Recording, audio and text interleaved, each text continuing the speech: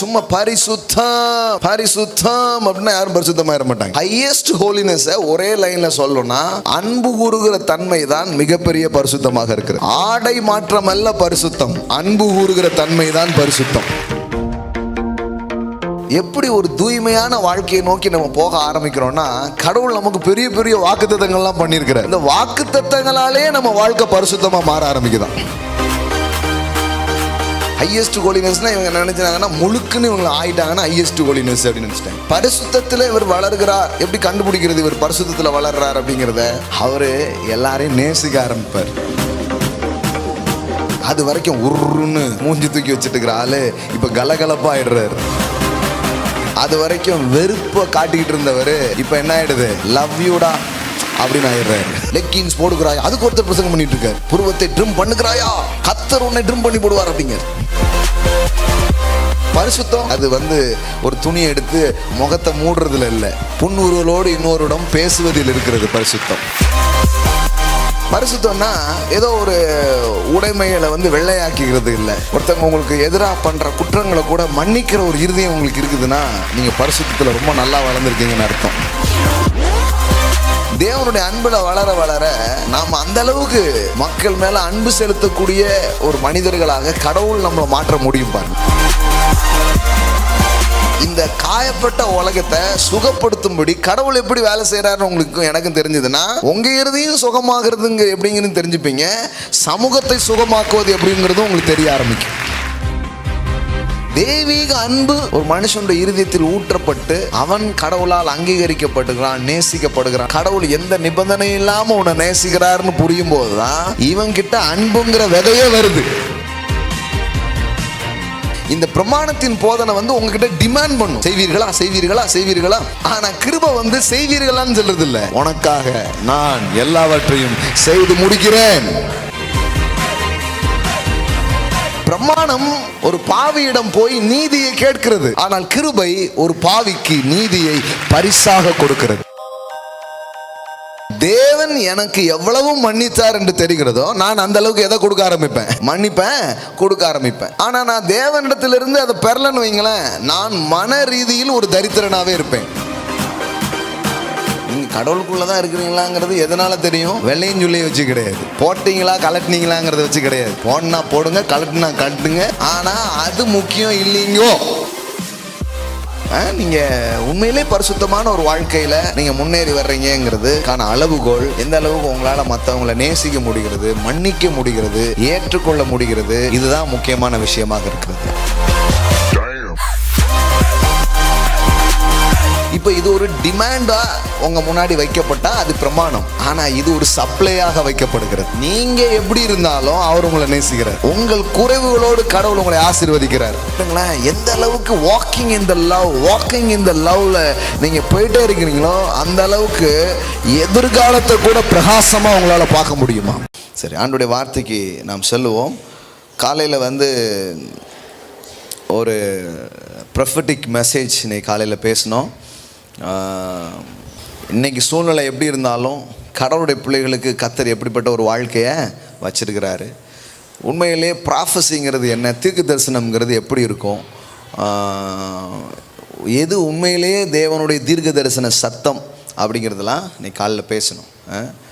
பஞ்சமான ஊரில் இன்னும் பஞ்சம் வரும்னு சொல்கிறதுக்கு ஒரு தீர்க்க தரிசி தேவையே இல்லை. வியாதி நிறைஞ்ச உலகத்தில் இன்னும் வியாதியாக வரப்போகுதுன்னு சொல்கிறதுக்கு ஒரு தீர்க்கதரிசி தேவையே இல்லை. அப்போ தீர்க்க தரிசனங்கிறது என்னென்னா, இப்போ இருக்கிற நிலைமைகள் நம்பிக்கையற்று இருக்கும் பொழுது கூட தேவனுடைய வார்த்தையை பெற்று ஒரு மனிதர் பேசும் பொழுது அது அநேகருக்கு நம்பிக்கையையும் மாற்றங்களையும் கொண்டு வர ஆரம்பிக்கும். ஆமென். அதுதான் ரியல் ப்ராஃபஸியாக இருக்கிறது. ஸோ தேவன் அப்படிப்பட்ட தீர்க்க தரிசன வார்த்தையை தான் அவர் என்ன பண்ணுறாரு? அனுப்புகிறவராக அவர் இருக்கிறார். ஸோ இதை தான் நம்ம காலையில் பேசணும். ஏன்னா நிறைய பேர் இந்த நாட்களில் சத்தியம் அப்படின்னு சொல்லிட்டு வேறு எதையாவது கேட்டு குழம்பி போயிடுறாங்க. இன்னும் சில பேருக்கு என்னென்னா, இந்த மாதிரி நம்முடைய சபைகளில் இந்த மாதிரி இதிலெல்லாம் இந்த ரொம்ப கண்டிச்சுலாம் பேச மாட்டேங்கிங்களே, குத்துற மாதிரி ஒன்றுமே சொல்ல மாட்டேங்கிங்களே அப்படிங்கிறாங்க. அதான் ஊர் பூரம் குத்து வாங்குறீங்களா, நான் வேறு குத்தணுமா உங்களை? ஊர் பூரா என்ன வாங்கிட்டு தான் வந்து உட்காந்துருக்குறாங்க. இல்லாத குத்து, அந்த குத்து, கும்மாங்குத்து, எல்லா குத்தும் வாங்கிட்டு தான் வந்து உட்காந்துருக்கீங்க. இதில் நான் வேறு குத்தணுமா உங்களை? கடவுள் வந்து குத்தும்படியாக எங்களை அழைக்கலை, உங்கள் காயங்களை கட்டும்படியாக அழைத்திருக்கிறார். ஆமேன். அதனால தான் அந்த குத்துற வேலையெல்லாம் நாங்கள் பண்ணுறதில்ல. பவுல் சொல்கிறார், நாங்கள் உங்களை ஊன்ற கட்டும்படியாக அவர் எங்களை அழைத்திருக்கிறார் அப்படின்னு சொல்கிறார். ஆமேன். அதுதான் ஊழியம் பாருங்கள். அதனால் எல்லாமே ஊழியம் அல்லது எல்லாமே செய்தி, எல்லாமே ஒரு சபை அப்படிங்கிற மாதிரிலாம் கிடையாது பாருங்கள். அதனுடைய வேறுபாட்டை புரிந்து கொண்டு சரியான காரியத்தை நீங்கள் பின்தொடர வேண்டியது அவசியமாக இருக்கிறது. ரொம்ப முக்கியம். ஏன்னா நீங்கள் வளர்ந்து வரும்பொழுது அதையெல்லாம் புரிந்து கொள்ள வேண்டியது ரொம்ப அவசியம். ஏன்னா ஒரு சரியான சத்தியம் என்பது உங்களை வாழ வைக்கும். ஆமேன். எந்த அளவுக்கு உங்களை வாழ வைக்கும்னா, கொஞ்ச நாளுக்கு அப்புறம் நீங்களே கொஞ்சம் பேரை வாழ வைப்பீங்க. அந்த அளவுக்கு அது உங்களை கூட்டிகிட்டு போகும். ஆமேன். அநேகரை அன்பு செய்ய வைக்கும். ஆமேன். அதுதான் உண்மையான சத்தியம். சிலருக்கு எது சத்தியம் ரொம்ப குழம்புறாங்க. எல்லாம் குழம்ப வேண்டியதில்லை பாருங்கள். மெய்யான சத்தியங்களில் நீங்கள் புரிந்து கொள்ள ஆரம்பிக்கும் பொழுது உங்கள் வாழ்க்கையில் கனிகள் உண்டாக ஆரம்பிக்கும். உங்கள் வாழ்க்கையில் ஃப்ரூட்ஃபுல்லாக நீங்கள் இருக்க ஆரம்பிப்பீங்க. அது வரைக்கும் சோர்வாக இருப்பீங்க. அதுக்கப்புறம் நம்பிக்கை உங்களுக்கு வர ஆரம்பிக்கும். ஆமேன். எத்தனை பேர் நம்பிக்கையோடு இருக்கிறீங்க? இன்னைக்கு காலையில் நான் மெசேஜ் முடிச்சுட்டு கீழே இறங்குறேன். ஒரு சகோதரன் வந்தார். அவர் வந்து சொன்னார், நான் இப்படி எனக்குள்ளே ஒரு மாற்றம் வரும்னு நான் நினைக்கவே இல்லை. இதை கேட்க கேட்க எனக்குள்ளே ஒரு அபாரமான சேஞ்ச். நான் இவ்வளோ நம்பிக்கை உள்ளவனாக மாறுவேனாங்கிறது எனக்கு ஆச்சரியமாக இருக்குது. நானும் ஒரு நாள் காஃபி வித் டாடியில் பேசணும்னு சொல்லிட்டு அவ்வளோ டெஸ்டமனி அவர் சொல்கிறார். கர்த்தரை நான் இப்போ எவ்விதமாக என் வாழ்க்கையில் அனுபவிக்கிறேன் அப்படின்ட்டு. அது மட்டும் இல்லை, நான் உங்களுடைய செய்திகளெல்லாம் எங்கள் வீடுகளில் நான் போட்டு கேட்க ஆரம்பித்தேன். அப்புறம் பார்த்தா என்னை விட எங்கள் அப்பா இப்போ ரொம்ப கேட்குறாரு அப்படிங்கிறார். அவருக்கு ஊழியக்காரன்னா பிடிக்காதான். ஆனால் என்னன்னே தெரில பிரதர், இதை வந்து மணிக்கணக்காக இப்போ அவர் கேட்க ஆரம்பிச்சிட்டார் என்னை விட அப்படின்னு சொல்கிறார். ஆமாம். அப்போ பாருங்கள், செய்திங்கிறது எல்லாமே செய்தி இல்லை. தேவனிடத்திலிருந்து வருகிற செய்தி ஒன்று இருக்குது. அது செத்த உலகத்திற்கு நம்பிக்கையை கொண்டு வரும், ஜீவனை கொண்டு வரும், மாற்றங்களை கொண்டு வரும். அந்த மாதிரி ஒரு காரியத்தை தான் வந்து போதிப்பது சபையினுடைய வேலை. அதுக்கு தான் கர்த்தர் என்ன பண்ணியிருக்கிறாரு, அழைத்திருக்கிறார். அதனால் இங்கே என்ன பேசுகிறாங்கன்னா, இங்கே வாழ்க்கையை நாங்கள் பேசுகிறோம். ஆமேன். we are speaking life, the abundance life, God kind of life, the Zoe life. தேவன் கொடுக்கிற வாழ்வை இங்கே என்ன பண்ணி கொண்டு இருக்கிறோம், பேசிக்கொண்டே இருக்கிறோம். அப்போ சிலர் வந்து இப்படி சொல்லும்போது உடனே கேட்பாங்க, அப்போ பரிசுத்தத்தை பற்றி பேச மாட்டிங்களா? நீங்கள் நல்லா இருந்தீங்கன்னா அது தன்னால் ஆட் ஆகிடும் பாருங்களேன். அது ஒரு விஷயமே கிடையாது பாரு. கடவுளே உங்களை ஆசீர்வதிச்சு உயர்த்துவாருன்னா நீங்கள் அடுத்தவன் பாக்கெட்டில் திருட போகிறீங்க. இதுதான் உங்களுக்கு. இப்போ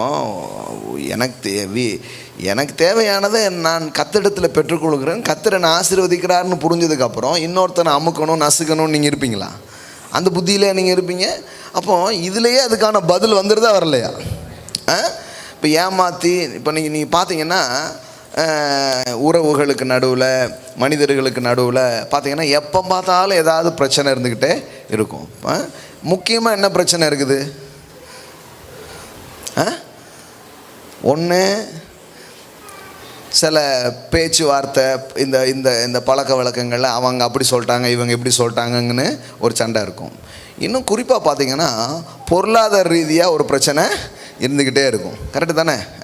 அதை வச்சு தான் முக்கியமாகவே சண்டைலாம் நடக்கும். அவள் என்னை மதிக்கலை, என்கிட்ட இல்லைங்கிறதுனால தான் நான் மதிக்கலை அப்படின்ட்டு ஒரு இது.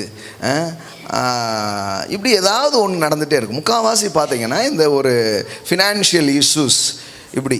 அதனால் உறவுகளில் பார்த்திங்கன்னா ஒரு சமாதான குலைச்சல்கள் இதெல்லாம் இருந்துக்கிட்டே இருக்கும். ஒருத்தர் மூஞ்சை தூக்கிட்டு இருப்பாங்க, சும்மா பேருக்கு பார்த்துட்டு பேசிட்டு போவாங்க. ஒரு பெரிய ஈடுபாடான உறவுகளே இருக்காது. ஒரு விழாவுக்கு கூப்பிட்டாங்கன்னா செய்யணுமோ அப்படின்னு மூஞ்சை சுருக்கி வச்சுட்டு போவோம். அமைதியாக இருக்கிறீங்க? மூஞ்சியை சுருக்கி வச்சுட்டு போவோம். இப்போ அச்சோ வச்சுட்டாங்களோ, இனிமேல் நம்ம வீட்டில் ஃபங்க்ஷன் இல்லை இருந்தாலும் செய்யணும் இல்லையா? எம்புட்டு பாருங்களேன். இது எல்லாமே பாருங்கள் மக்களுடைய ஒரு பழக்க வழக்கம், ஒரு குறுகின பழக்க வழக்கம். மனசு எண்ணங்கள்லாம் ரொம்ப குறுகி போயிடுது. கடவுள்கிட்ட வரும்போது என்ன நடக்குது? தேவனிடத்தில் நீங்கள் வரும்போது என்ன நடக்குது? கடவுளுடைய வார்த்தை கேட்கும்போது என்ன நடக்குதுன்னா, முதல்ல ஒன்று நடக்குது பாருங்கள். என்ன நடக்குதுன்னா, எனக்கு எல்லாத்தையும் தர்ற ஒருத்தர் இருக்கிறார். ஆமென். எல்லாத்தையும் கொடுக்குற ஒருத்தர் இருக்கிறார். ஆமென். இது நீங்கள் நம்ப ஆரம்பிக்கிற நாளில் இருந்து நீங்கள் வேணால் பாருங்கள், உங்களுக்கு எப்படி தான் வருதுன்னு தெரியாது, வர ஆரம்பிச்சிடும். ஆமென். அதனால தான் இங்கே சில நபர்கள் உங்களுக்கு சுவிசேஷத்தை அறிவிக்கிறாங்க, நாங்களும் அறிவிக்கிறோம், உங்களுக்கு சில உதவிகள் செய்கிறாங்க, அதுக்காகலாம் நன்றி. ஆனால் உங்கள் கண் எப்படி போயிடணுன்னா, என்னை ஆசீர்வதித்து உயர்த்துக்கிறதுக்கு ஒரு கர்த்தர் ஒருவர் இருக்கிறார். ஆமென். அதை வெளிப்படுத்துறதுக்கு தான் சிலர் உங்களுக்கு உதவி செய்கிறாங்க. பாருங்கள், நாங்கள் கூட அப்படி தான் இருந்தோம். கர்த்தர் எங்களை ஆசீர்வதிச்சிருக்கிறார், உங்களுக்கு இன்றைக்கி உதவுற அளவிற்கு. நீங்கள் எதை பிடிச்சிக்கணும்னா, உதவியை பிடிச்சிக்க கூடாது, உதவுகிறவரை பிடிச்சிக்கணும். புரியுதுங்களா? சிலர் பாருங்கள், அது தெரியவே தெரியாது பாருங்கள். வாழ்நாளெல்லாம் யாராவது செய்வாங்களா, யாராவது தருவாங்களா, இப்படியே உட்காந்துருப்பாங்க. யார் செஞ்சும் நிறையாது, அவர் செஞ்சால் நிறையும், நிரம்பி வழியும். ஆமென். எல்லாம் சொல்லுங்கள், யார் செஞ்சும் நிறையாது. கண்டிப்பாக நிறையாது. நீங்கள் வாழ்க்கையின் அனுபவங்களில் போய் பாருங்கள். ஒன்றும் உங்களை யாராலையும் நிரப்ப முடியாது, திருப்திப்படுத்த முடியாதுங்க. எவ்வளோதான் ட்ரை பண்ணாலும் ஒருத்தர் தான் இருக்கிறார். உங்களை ஆவியில், ஆத்மாவில், சரீரத்தில், பொருளாதாரத்தில், எல்லா விதத்துலேயும் உங்களை நிறைத்து உங்களை நிறைஞ்சி வழிந்தோட பண்ணுன்னா அவர் செய்கிற ஒரு மகத்துவமான செயல்களாக அது இருக்கிறது. அப்போ இந்த புரிந்து கொள்ளுதெல்லாம் வரும்பொழுது பரிசுத்தங்கிறது தன்னால் வருது பாருங்க. கர்த்தரே கர்த்தரே எனக்கு எல்லாத்தையும் தாராருங்க. அவரே ஐஸ்வர்ய சம்பரணராக இருக்கிறார், என் தேவையை அவர் சந்திக்கிறாரு. இதுக்கு போட்டு நான் உங்ககிட்ட மூஞ்ச தூக்கி பிரயோஜனமே கிடையாது, எனக்கு அவர் தருவாருங்க. நான் அவருடைய பிள்ளை, அவர் என்னை போஷிப்பார், என்னை உடுத்துவார், என்னை நடத்துவார். இப்படி ஒரு எண்ணம் வந்துடுது பாருங்க. முன்னாடி யாருமே இல்லை, நமக்கு எங்கேருந்து கிடைக்கும்னு பயந்து போயிட்டு இருந்த வாழ்க்கை போய் இப்போ என்ன ஆயிடுச்சு? நம்பிக்கையின் வாழ்க்கை ஆயிடுச்சு. ஆமென். என்ன நம்பிக்கை? எனக்கு ஒரு ஆதாரம் உண்டு, எனக்கு ஒரு ஊற்று உண்டு. இப்படி ஒரு ஷிஃப்ட் நடக்குது பாருங்களேன். இதுதான் பரிசுத்தம். பரிசுத்தம்னா இவங்க என்னமோ நினச்சிக்கிறாங்க பாருங்க. எல்லாரும் வெள்ளையும் சொல்லையுமா மாறிட்டா பரிசுத்தம் நினைக்கிறாங்க. இன்னைக்கு கணக்கு பாருங்கள், எங்கள் ஒயிட்டே பார்க்க முடியல, எல்லாம் கலர்ஃபுல்லாக தான் உட்காந்துருக்குறீங்க. ஆமாம். இப்போ சில பேர்லாம் இதை இதை சர்ச்சாகவே நினைக்க மாட்டாங்க. அதுலேயும் சிலர் நல்லா பொட்டுலாம் வச்சு, நகைலாம் போட்டு, பூவெலாம் வேற வச்சுட்டு வந்திருக்கீங்களா, ஓடிடுவாங்க. ஏன்னா அவங்கள பொறுத்தளவுக்கு இதுக்கு பேர் என்ன கிடையாது? சர்ச்சே கிடையாது. அதனால தான் சர்ச்சை ஆக்கிட்டாங்க நம்மளை. நமக்குன்னு வீடியோலாம் போட்டுட்டு நம்மளை பற்றி ஏதாவது குறை சொல்லி ஏதாவது போட்டுகிட்டே இருக்கிறாங்க. அப்போ நான் யோசிப்பேன், இவ்வளோ பெரிய ஆட்கள் இவங்களுக்கு கூட அந்த மண்டையில் ஒரு இது வரல பாருங்களேன். கடவுள்னா யார்? இப்படி வெளி தோற்றங்களை பார்க்குறவரா கடவுள்? கடவுள்னா மனுஷனுடைய இருதயத்தை பார்க்குறவர் தானே பைபிளில் போட்டிருக்குது. மனுஷனோ அவர் எதை பார்க்குறாராம்? அப்புறம் அவர் இருதயத்தை பார்க்குறாருன்னு சொல்லிட்டு நீங்கள் பூரா அது என்ன பொட்டு, அது என்ன பூவு அப்படின்னே இருந்தீங்கன்னா, பொட்டு இதெல்லாம் நம்ம கலாச்சாரம், அதனால் மக்கள் வச்சுருக்குறாங்க. ஆமென். ஆமாம். பவுடர் போட்டுக்கிறோம், நல்லா உடுத்திக்கிறோம். ஒருத்தர் சேலை உடுத்துறாங்க, ஒருத்தர் சுடிதார் போடுறாங்க. இதில் என்ன இருக்குது? இது ஒரு விஷயமே கிடையாது. ஒவ்வொருத்தருக்கும் ஒரு உணவு பழக்கம் இருக்குது. சிலர் வெஜிடேரியனாக இருக்கிறீங்க, சிலர் ரட்சிக்கப்பட்ட உடனே நான் வெஜிடேரியனாக மாறிட்டீங்க. ஹலோ, என்ன கர்த்தர் உங்களை அதிலிருந்தும் ரட்சித்துட்டாரு. சில பேர் தொடர்ந்து எதான் சாப்பிட்றீங்க, இன்னும் வெஜிடேரியன் சாப்பிட்றீங்க. இப்போ இதில் என்ன மேன்மை இருக்குது? நான் நான்வெஜ்ஜே சாப்பிட மாட்டேன், அதில் ஒரு மேன்மையும் இல்லை நான் இதெல்லாம் சாப்பிடுவேன் அப்படிங்கிறதுலையும் மேன்மை. இதெல்லாம் உங்களுக்கு பிடிச்ச உணவை சாப்பிட்றீங்க, பிடிச்ச உடைய போட்டுக்கிறீங்க. இதுக்கும் கடவுளுடைய இதுக்கும் சம்மந்தமே கிடையாது பாருங்கள். நம்ம இதெல்லாம் கொண்டு சேர்த்து அப்படி ஆக்கி ஒரு மதத்தை உருவாக்கி என்ன பண்ணியிருக்கிறோம், வச்சுருக்கிறோம். கர்த்தர் பாருங்கள், இது கடவுளுடைய காரியமே கிடையாது. அதனால தான் நீங்கள் பாருங்கள், மதவாதிகள்கிட்ட பேசுனீங்கன்னா அன்பே இருக்காது பாருங்கள். எங்கள் சர்ச்சுமா, எங்கள் சர்ச்சா, இங்கே யாருக்காவது அப்படி சொல்லி கொடுத்துருக்கோமா? எங்கே சர்ச்சு? எதுனா எங்கே சர்ச்சு? இது ஜாதி மாதிரி ஆயிடுச்சு பாருங்கள். இப்போ ஒரு ஜாதி மாதிரி ஆகிப்போச்சு. நீங்கள் எடுத்த உடனே கேட்பாங்க, நீங்கள் எந்த சர்ச்சு அப்படின்னா என்ன, நீங்கள் எந்த ஜாதிங்கிற மாதிரியே இருக்கு எனக்கு. அதுக்கு இதுக்கு என்ன பெரிய வித்தியாசம் பாருங்கள். எந்த சர்ச்சா? எல்லாம் ஏசு ஆண்டவரை கும்பிடுற சர்ச்சு தான், வேறு என்ன சர்ச்சு? அதுதான் விஷயம் பாருங்கள். அப்புறம் இதுக்கு ஒருத்தர் வீடியோ போடுவார் பாருங்கள் ஏன் அந்த இடத்துல பேசிகிட்டு இருக்கும்போது ஒருத்தர் விசில் அடிக்கிறாரு. அது கொஞ்சம் பேருக்கு பொறுக்காது. ஒரு சந்தோஷம், ஒரு ஆரவாரம். சிலர் கை தட்டுறீங்க, சிலர் ஆமேன்ங்கிறீங்க, சிலர் அல்லேலூயாங்கிறீங்க. கிரிக்கெட்லலாம் பார்த்துருக்கீங்களா? அந்த 6-4 அடிப்பாங்க, பார்த்துருக்கீங்களா? அடிச்சோடனே என்ன ஆகிடுவாங்க எல்லாருக்கும் ஓன ஒரு சந்தோஷத்தை வெளிப்படுத்த வசனங்கசனம் சொல்லும்போது ஒரு சந்தோஷத்தை வெளிப்படுத்துறதுக்காக பண்ணுறாங்க. உடனே இதை ஒரு இதாக்கி எப்படி அப்படின்ட்டு நான் நல்லா தான் அடிங்கன்னு சொல்கிறது. ஏன்னா அடித்த உடனே இந்த மதவாதிகள் 2 பேரும் எழுப்பி போயிடுவாங்க. நான் உங்களுக்கு ஈஸியாக பிரசங்கம் பண்ணிடலாம். ஏன்னா அவர் உள்ளே உட்காந்து இது சரியா தப்பா, இவரை வேற பார்த்தா பாஸ்டர் மாதிரியே தெரிய மாட்டுக்கு. சில பேருக்கு அது வேற ஒரு இது. ரொம்ப நேரம் தேடி பார்க்குறாங்க. பாஸ்டருங்க அவங்கள ஏன்டே கேட்டிருக்காங்களா, தம்பி இங்கே பாஸ்டர் எப்போ வருவார் அப்படின்ட்டு இருக்காங்க. வருவார் பாஸ்டர் தேடுறீங்க, இன்னும் கொஞ்சம் நேரத்தில் வருவார் பாருங்க அப்படின்ட்டு. அப்புறம் நான் மைக் பிடிச்சி பேச ஆரம்பித்தோடனே நீங்களா தம்பி அப்படிங்க. இதில் இந்த மாதிரிலாம் இதுலேருந்துலாம் இருந்து நம்மளை அவர் விடுதலை ஆக்கியிருக்கிறார். புரியுதுங்களா? நீங்களும் அந்த மனநிலையில் வளரணும். இந்த மாதிரி சிந்தனையில் என்ன பண்ணணும்? வளரணும். ஒருத்தருக்கு ஒருத்தர் சில குற்றங்கள் இருக்கும், குறைவுகள் இருக்கும். ஆனால் கடவுள் உங்களை மன்னிக்கிறாருன்னு தெரிஞ்சதுக்கப்புறம் நீங்களும் கொஞ்சம் பேர் மன்னிக்கிற ஆளாக மாறிடுறீங்க. ஆமென். அதுதான் மெய்யான பரிசுத்தம். பாருங்கள், பரிசுத்தம் பாருங்கள் எப்படி பரிசுத்தம் ஏற்படுது பாருங்கள். ஒரு வசனம் காட்டுறோம் உங்களுக்கு. 2 பேதுரு 1வது அதிகாரம், 2 பேதுரு 1வது அதிகாரம் 4வது வசனம் பாருங்கள். 2 பேதுரு 1:4. இச்சையினால் உலகத்தில் உண்டான கேட்டுக்கு தப்பி திவ்ய சுபாவத்திற்கு பங்குள்ளவர்களாகும் பொருட்டு மகா மேன்மையும் அருமையுமான வாக்குத்தத்தங்களும் அவைகளினாலே நமக்கு அளிக்கப்பட்டிருக்கிறது. அதாவது இந்த உலகத்தின் ஈர்ப்பு, இந்த உலகத்தின் இச்சை, இந்த உலகத்தின் பழக்க வழக்கம், இந்த உலகத்தினுடைய தன்மை, இதிலிருந்து நாம் வெளியே வரும்படியாக அல்லது இதிலிருந்து நாம் வித்தியாசமாக வாழ்கிறதுக்காக கர்த்தர் சில காரியத்தை பண்ணியிருக்கிறாராம். என்ன பண்ணியிருக்கிறாராம்? முதல்ல ஒன்று, அவர் தன்மையை நமக்கு தந்துட்டார். எல்லாம் சொல்லுங்கள், திவ்ய சுபாவத்திற்கு பங்காளிகளாய் மாறிட்டேன். அதாவது நீங்கள் என்னைக்கு கடவுளிடத்தில் வந்தீங்களோ அப்போ தேவன் பண்ண ஒரு காரியம் என்னென்னா, அவர் குணத்தை உங்களுக்கு கொடுத்துட்டாராம். வெறும் பணத்தை கொடுத்தாருன்னு நம்ம சொல்கிறது இல்லைங்க, அவர் குணத்தையே கொடுத்துருக்கிறார். ஆமென். திவ்ய சுபாவத்திற்கு பங்குள்ளவர்கள் ஆகும் பொருட்டு அப்படின்னு தமிழில் இருக்குது. ரொம்ப பழமையான வார்த்தைகள் பாருங்கள். இதெல்லாம் சில நேரம் இங்கிலீஷில் வாசித்தீங்கன்னா இது எப்படி வருதுன்னா, we are the partaker of divine nature, yeah, and became share of the divine nature அப்படின்னு வருது.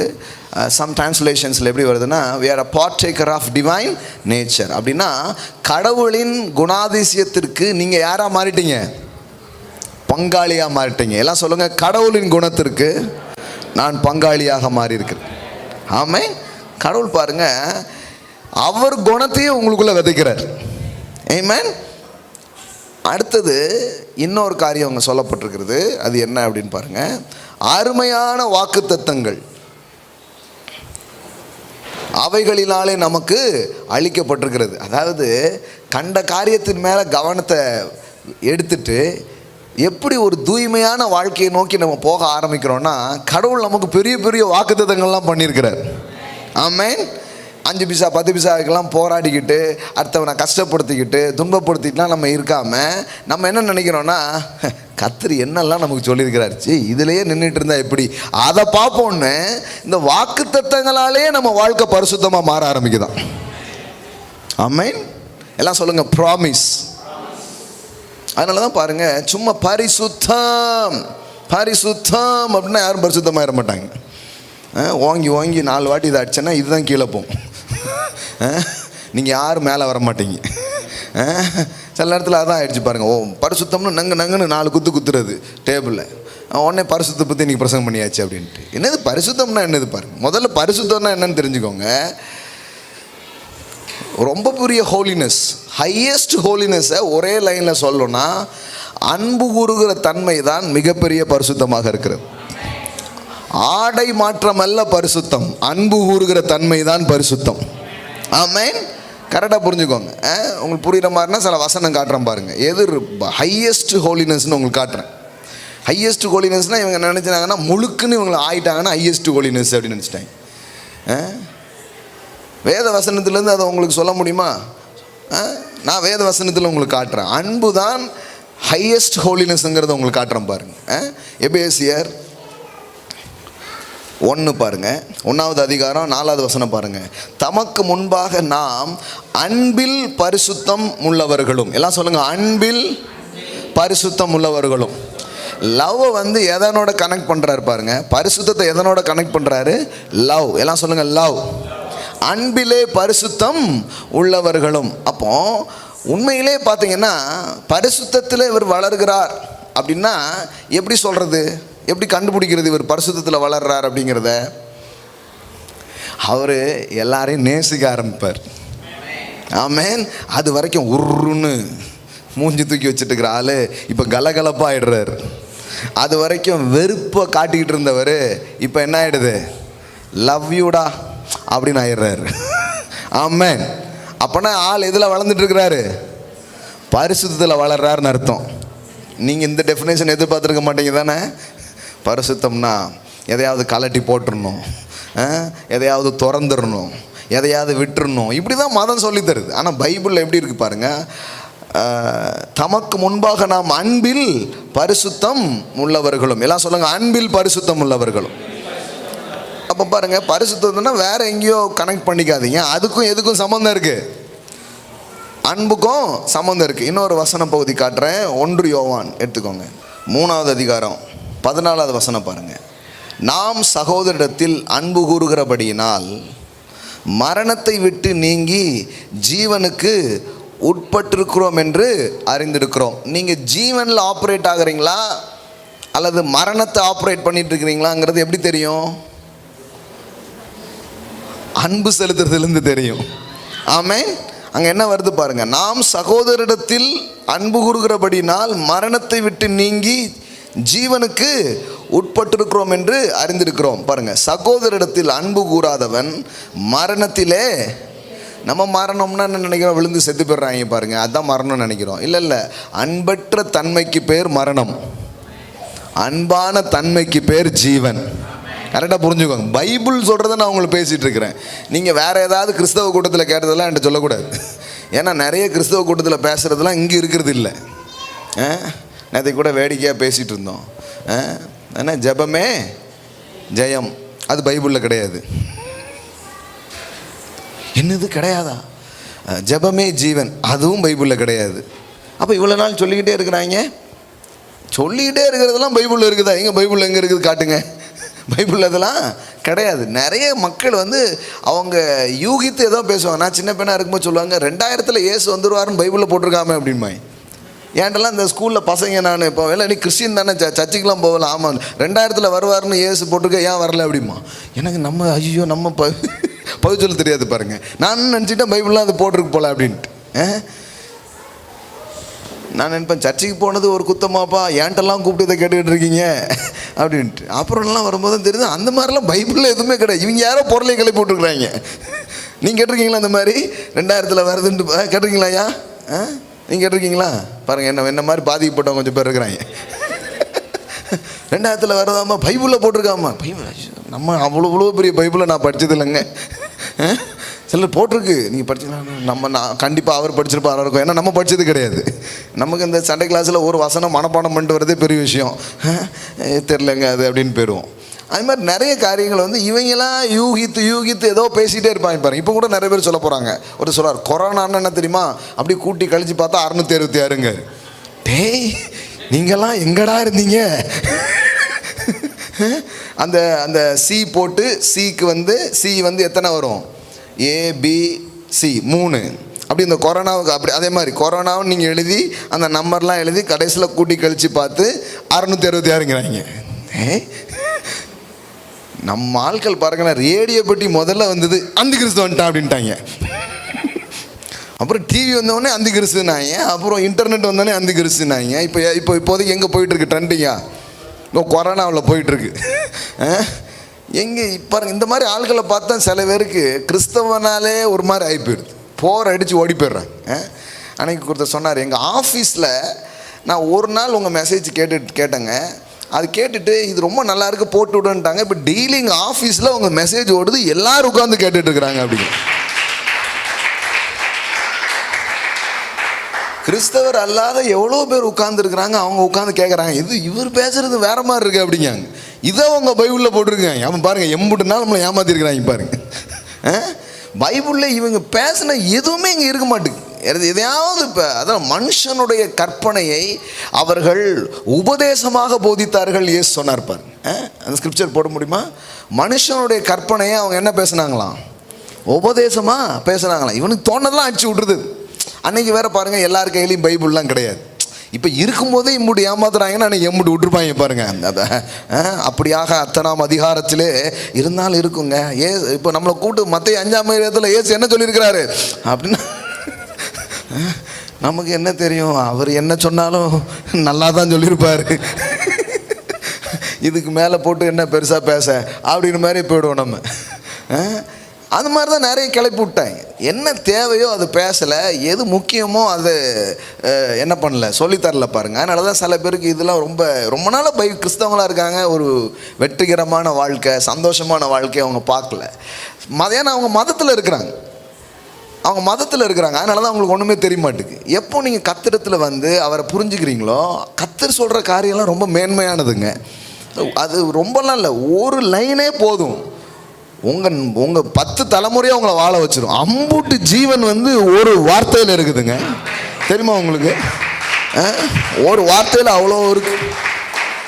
ஆமாம் பாருங்க, மத்தேயு 15:9 மனுஷனுடைய கற்பனைகளை உபதேசங்களாக போதித்து வீணாய் எனக்கு ஆராதனை செய்கிறார்கள் என்று ஏசாயா தீர்க்கதரிசி நன்றாய் சொல்லியிருக்கிறான் என்றார். இது யார் வார்த்தை? ஏசாயாவின் வார்த்தை. ஏசாயா சொன்னதை ஏசாயா சொல்கிறாப்புல. புரியுதா உங்களுக்கு? அவன் கரெக்டாக தான் உங்களை குறித்து சொல்லியிருக்கிறான். மனுஷனுடைய கற்பனை என்ன பண்ணுறீங்க? உபதேசமாய் போதித்து. இன்னைக்கு பாருங்கள், முக்காவாசி கிறிஸ்டியன் வீடியோ மெசேஜ் பூரா எது பற்றி இருக்குது நீங்கள் பாருங்கள். யூடியூப்ஸ்லையும் அதில் எல்லாத்துலேயும் வருது. லெக்கின்ஸ் போடுக்கிறாய், அதுக்கு ஒருத்தர் பிரசங்கம் பண்ணிட்டு இருக்காரு. புருவத்தை ட்ரிம் பண்ணுகிறாயா, கத்தர் உன்னை ட்ரிம் பண்ணி போடுவார் அப்படிங்கிற. ஆனால் அவர் மீசையெல்லாம் ட்ரிம் பண்ணி தான் வந்து பிரசங்கம் பண்ணிட்டு இருக்கிறார். நீங்கள் யோசிங்க, மீசையை வெட்டாமட்டா என்ன ஆகும்? இங்கே வரைக்கும் வளர்ந்துருமா வளர்ந்துடாதா? அப்போ நீங்கள் மீசையை வெட்டுற மாதிரி அவங்க புருவத்தை ட்ரிம் பண்ணி போகிறாங்க. இதுக்கு ஒரு பிரசங்கம் போட்டு வீடியோ போட்டு எச்சரிக்கையின் செய்தி. அப்படி என்னத்தை பெருசாக எச்சரிச்சிட்டீங்க நீங்கள்? இந்த வாலி பிள்ளைங்க கொஞ்சம் தலைச்சிவேனா அதுக்கு ஒரு பிரசங்கம், கொஞ்சம் முடியை கொஞ்சம் ஒரு மாதிரி அழகாக வச்சுட்டா அதுக்கு எவ்வளோ செலவு தெரியுமா? அது எம்புட்டு மெனக்கேட்டு எம்புட்டு செலவு, எக்ஸ்பென்சிவ்ஸ் பாருங்கள். அவ்வளோ செலவாகுது. எல்லாம் வாயை வைத்த கட்டி பியூட்டி பார்லர் போய் செலவு பண்ணிகிட்டு இருக்குது. இந்த கஷ்டம்லாம் தெரிஞ்சால் அவங்க பேசுவாங்களா? எப்படி ஏதாவது கொஞ்சம் நல்லாகலாம் இருப்போம் அப்படின்னு சொல்லிட்டு ஒரு முயற்சி என்ன பண்ணுறாங்க, எடுக்கிறாங்க. அப்போ இது எதுவுமே இல்லாமல் சும்மா எதையாவது பேசுகிறது பாருங்கள். இதுக்கும் பைபிளுக்கும் என்ன பாஸ் சம்பந்தம்? அவங்களுக்கு எது கம்ஃபர்டபுளாக இருக்குதோ அந்த ட்ரெஸ்ஸை போட்டுக்கிறாங்க, எது கம்ஃபர்டபுளாக இருக்குதோ அந்த சாப்பாடு என்ன பண்ணுறாங்க, சாப்பிட்டுட்டு போகிறாங்க. அதையும் கடவுளையும் என்ன பண்ணாதீங்க, போட்டு மிக்ஸ் பண்ணாதீங்க. கடவுள் ஒவ்வொருத்தரையும் வெரைட்டியாக உண்டாக்கியிருக்கிறார். இன்றைக்கி வந்து எனக்கு நம்ம சிஸ்டர் ஒருத்தங்க ஊறுகாய் இது ஒன்று ஆரம்பிச்சிருக்கிறாங்க. அவங்க பல வகையான ஊறுகாய், எல்லாத்துலேயுமே ஊறுகாய் போட்டாங்க. அது என்ன அர்த்தமா? சிக்கனில், மீன், பீஃபு, இன்னொன்று என்னது அந்த ப்ரான்ஸ், அந்த இது அதில் மீன் எல்லாம் போட்டாங்க. 4மே கொடுத்துருக்காங்க. நான் ஒன்று தான் எடுத்து என்ன பண்ணேன், சாப்பிட்டேன். இருக்குது ஒவ்வொருத்தருக்கும் ஒவ்வொரு டேஸ்ட் இருக்கும், ஒவ்வொன்று இருக்கும். நான் பார்த்தேன், நல்லா இருக்குன்னு. ஒய்ஃப் வந்து சூப்பராக இருக்கே அப்படிங்கிறான். இப்போ அவளுக்கு அது ரொம்ப என்ன பண்ணியிருக்குது, பிடிச்சிருக்கு. எனக்கும் பிடிச்சிருக்குன்னா அவன் என்ஜாய் பண்ண அளவுக்கு நான் என்ன பண்ணல, என்ஜாய் பண்ணல. எதுக்குன்னா ருசிகள்லேயே நம்ம இவ்வளோ வகையாக இருக்கிறோம் பாருங்களேன். சிலர் பாருங்கள் பாவைக்காவும் அப்படி சாப்பிடுவாங்க, பார்த்துருக்கீங்களா நீங்கள்? மட்டன் சிக்கன் குழம்பு மாதிரி சாப்பிட்டுட்டு இருப்பாங்க. நமக்கு அச்சோ இதை எப்படி இப்படி சாப்பிட்றாங்க அப்படின்ட்டு. ஆமாம், சரி ஏதோ ஏதோ என்ன சொல்லுது, நஞ்சிலி 4 வாய் திங்கன்னு சொல்லியிருக்காங்க பெரியவங்க, அதனால் கொஞ்சோல ஓரமாக வைங்க அப்படின்னு கொஞ்சோல இருக்கும். லேசாக எடுத்து என்ன பண்ணுவோம், சாப்பிட்டுக்குவோம். ரொம்ப ஒன்றும் பெரிய இன்ட்ரெஸ்ட்டாக என்ன பண்ணுறதில்ல, சாப்பிட்றதில்ல. ஒவ்வொருத்தருக்கும் ஒவ்வொன்று அந்த மாதிரி இருக்கும். இப்போ வந்து உருளைக்கிழங்கு இந்த மாதிரி குருமா அதெல்லாம் ரொம்ப பிடிக்கும், நிறைய என்ன பண்ணுறது சாப்பிட்றது. நம்ம பாருங்கள், நம்ம எல்லாருமே ரொம்ப வித்தியாசமானவங்க. கடவுள் நம்மளை வெரைட்டியாக படிச்சிருக்காரு. நம்மளை கூப்பிட்டு இப்படி வெரைட்டியாக அவர் படைச்சிருக்க இவங்க வெரைட்டி அடிக்கிறாங்க. அதை சாப்பிடுகிறாயா, இதை உண்ணுகிறாயா, நீங்கள் சாப்பிட்டு போகிறாங்க விடுங்க. பன்னிக்கறி சாப்பிடுகிற உனக்கு பரலோகம் இல்லை அப்படின்னா சில பேர் பாருங்கள் அதில் பெரிய இன்ட்ரெஸ்ட். அவனுக்கு பிடிச்சிருக்கு, அவன் சாப்பிட்டு போகிறான், உங்களுக்கு என்ன பரலோக இது எது கூட சேர்க்கணுமே தெரில பாருங்கள். என்னத்தையோ பண்ணி விட்டாங்க கொஞ்சம். எதுக்கு இதெல்லாம் நான் ஒன்று சொல்கிறேன்னா, இந்த மாதிரி மாட்டிக்காதீங்க. இதெல்லாம் மதவாதிகளின் சிந்தனை. மனுஷனுடைய கற்பனைகளை உபதேசங்களாய் போதித்து வீணாய் எனக்கு எல்லா ஆராதனை கிடையாது பாருங்க. வீணாய் எனக்கு அப்படின்னு என்ன, நான் சொல்லாதெல்லாம் இவன் பேசிக்கிட்டு இருக்கான்ப்பா. நான் சொல்லவே இல்லை, இவங்களாம் வந்து நின்றுக்கிட்டு அதை சாப்பிடாத, இதை போடாத, இதை செய்யாத, இதை பண்ணாத, நின்னா குத்தம் உட்காந்தா குத்தம் அப்படின்ட்டு. ஞாயிற்றுக்கிழமைனால என்ன ஆயிடுச்சு இப்போ தெரியுமா, இன்னைக்கு 5 குற்றங்களை குறித்து பேசுவார்கள். அதில் பிரசங்கியார் வேற 10 சொல்ல வந்தேன், 5 தான் சொல்லியிருக்கிறேன். நல்லா சொல்லுங்க. 5க்கே இந்த 5 வாரம் தாங்காது நீங்கள் சொல்லி விட்டதுக்கு. அப்போது இப்படி ஆகிப்போச்சு. ஞாயிற்றுக்கிழமை வந்து ஒவ்வொரு குத்தங்களாக ஒவ்வொரு தப்பையாக சொல்லி அவன் அதே கேட்டு நம்ம ஏற்கனவே மோசம்னு நினச்சோம். பாஸ்டர் அதை கன்ஃபார்ம் பண்ணிட்டாரு. இன்னும் என்னத்தை அவன் புரியுதா உங்களுக்கு? உள்ளே வரும்போதே என்ன, நீங்களாம் வந்து நான் வந்து சூப்பரான ஆள் அப்படின்னா வந்தீங்க. ஏதோ தேர்வுன்னு நினைக்கிறேன் இப்போ ஏதோ தேறிடுவேன்னு நினைக்கிறேன் அப்படின்னு தான் உள்ளே வரோம் நம்ம எல்லோரும். நீங்கள் மட்டும் இல்லை, நானும் அப்படி தான் வந்திருக்கிறேன். நம்மலாம் இதை செய்யவா, இப்போ யாராவது செய்யுங்கப்பான்னா ஒருத்தர் செய்கிற மாதிரி தெரில. திடீர்னு ஒரு நாள் பார்த்தீங்கன்னா மைக் என் கையில் இருக்குது. அது எப்படி நடந்ததுன்னே எனக்கு தெரிலைங்க. ஏன்னா நான் இல்லைன்னா ஓடி போயிருப்பேன். எங்கேயோ சுற்றி இந்த மியூசிக் சேரில் டப்புன்னு உட்காந்துருவாங்க பாருங்கள். அது மாதிரி டக்குன்னு பார்த்தா நம்ம கையில் ப்ரேயரு, பைபிள், மைக் இருக்குது. ஆண்டவரே இது எப்போ நடந்துச்சு அப்படிங்கிற மாதிரி ஆயிடுச்சு. அப்படி தான் நானே பிரசங்கியார் ஆனேன் பாருங்கள். அப்போது நம்ம வரும்போதே நமக்கு ஒரு தயக்கம் இருக்குது, பயம் இருக்குது. ஆனால் கூட தேவன் வந்து அந்த தயக்கத்தை, அந்த பயத்தை எல்லாம் போக்கி நானே உன்னை பரிசுத்தமாக்குகிற தேவன். ஆமென்.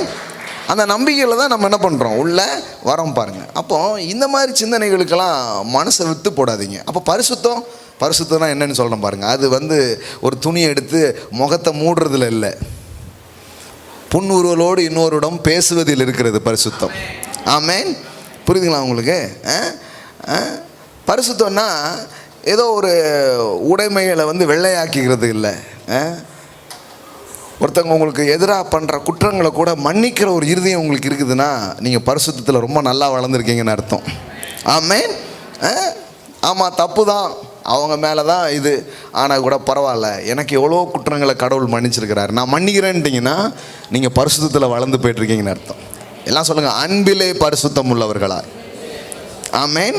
நீங்கள் இது ஒன்றே பிடிச்சாலே போதும் பாருங்கள். இப்போ கவனிங்க, மறுபடியும் 1 யோவான் 3:14 வாசித்துட்டு இருக்கிறேன்.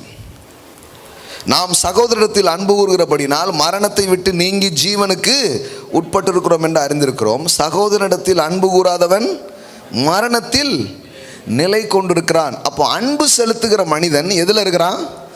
ஜீவனில் இருக்கிறான். அன்பற்ற மனிதன் எதில் இருக்கிறான்? மரணத்திலே அவன் இருக்கிறான். அதான் விஷயம் பாருங்க.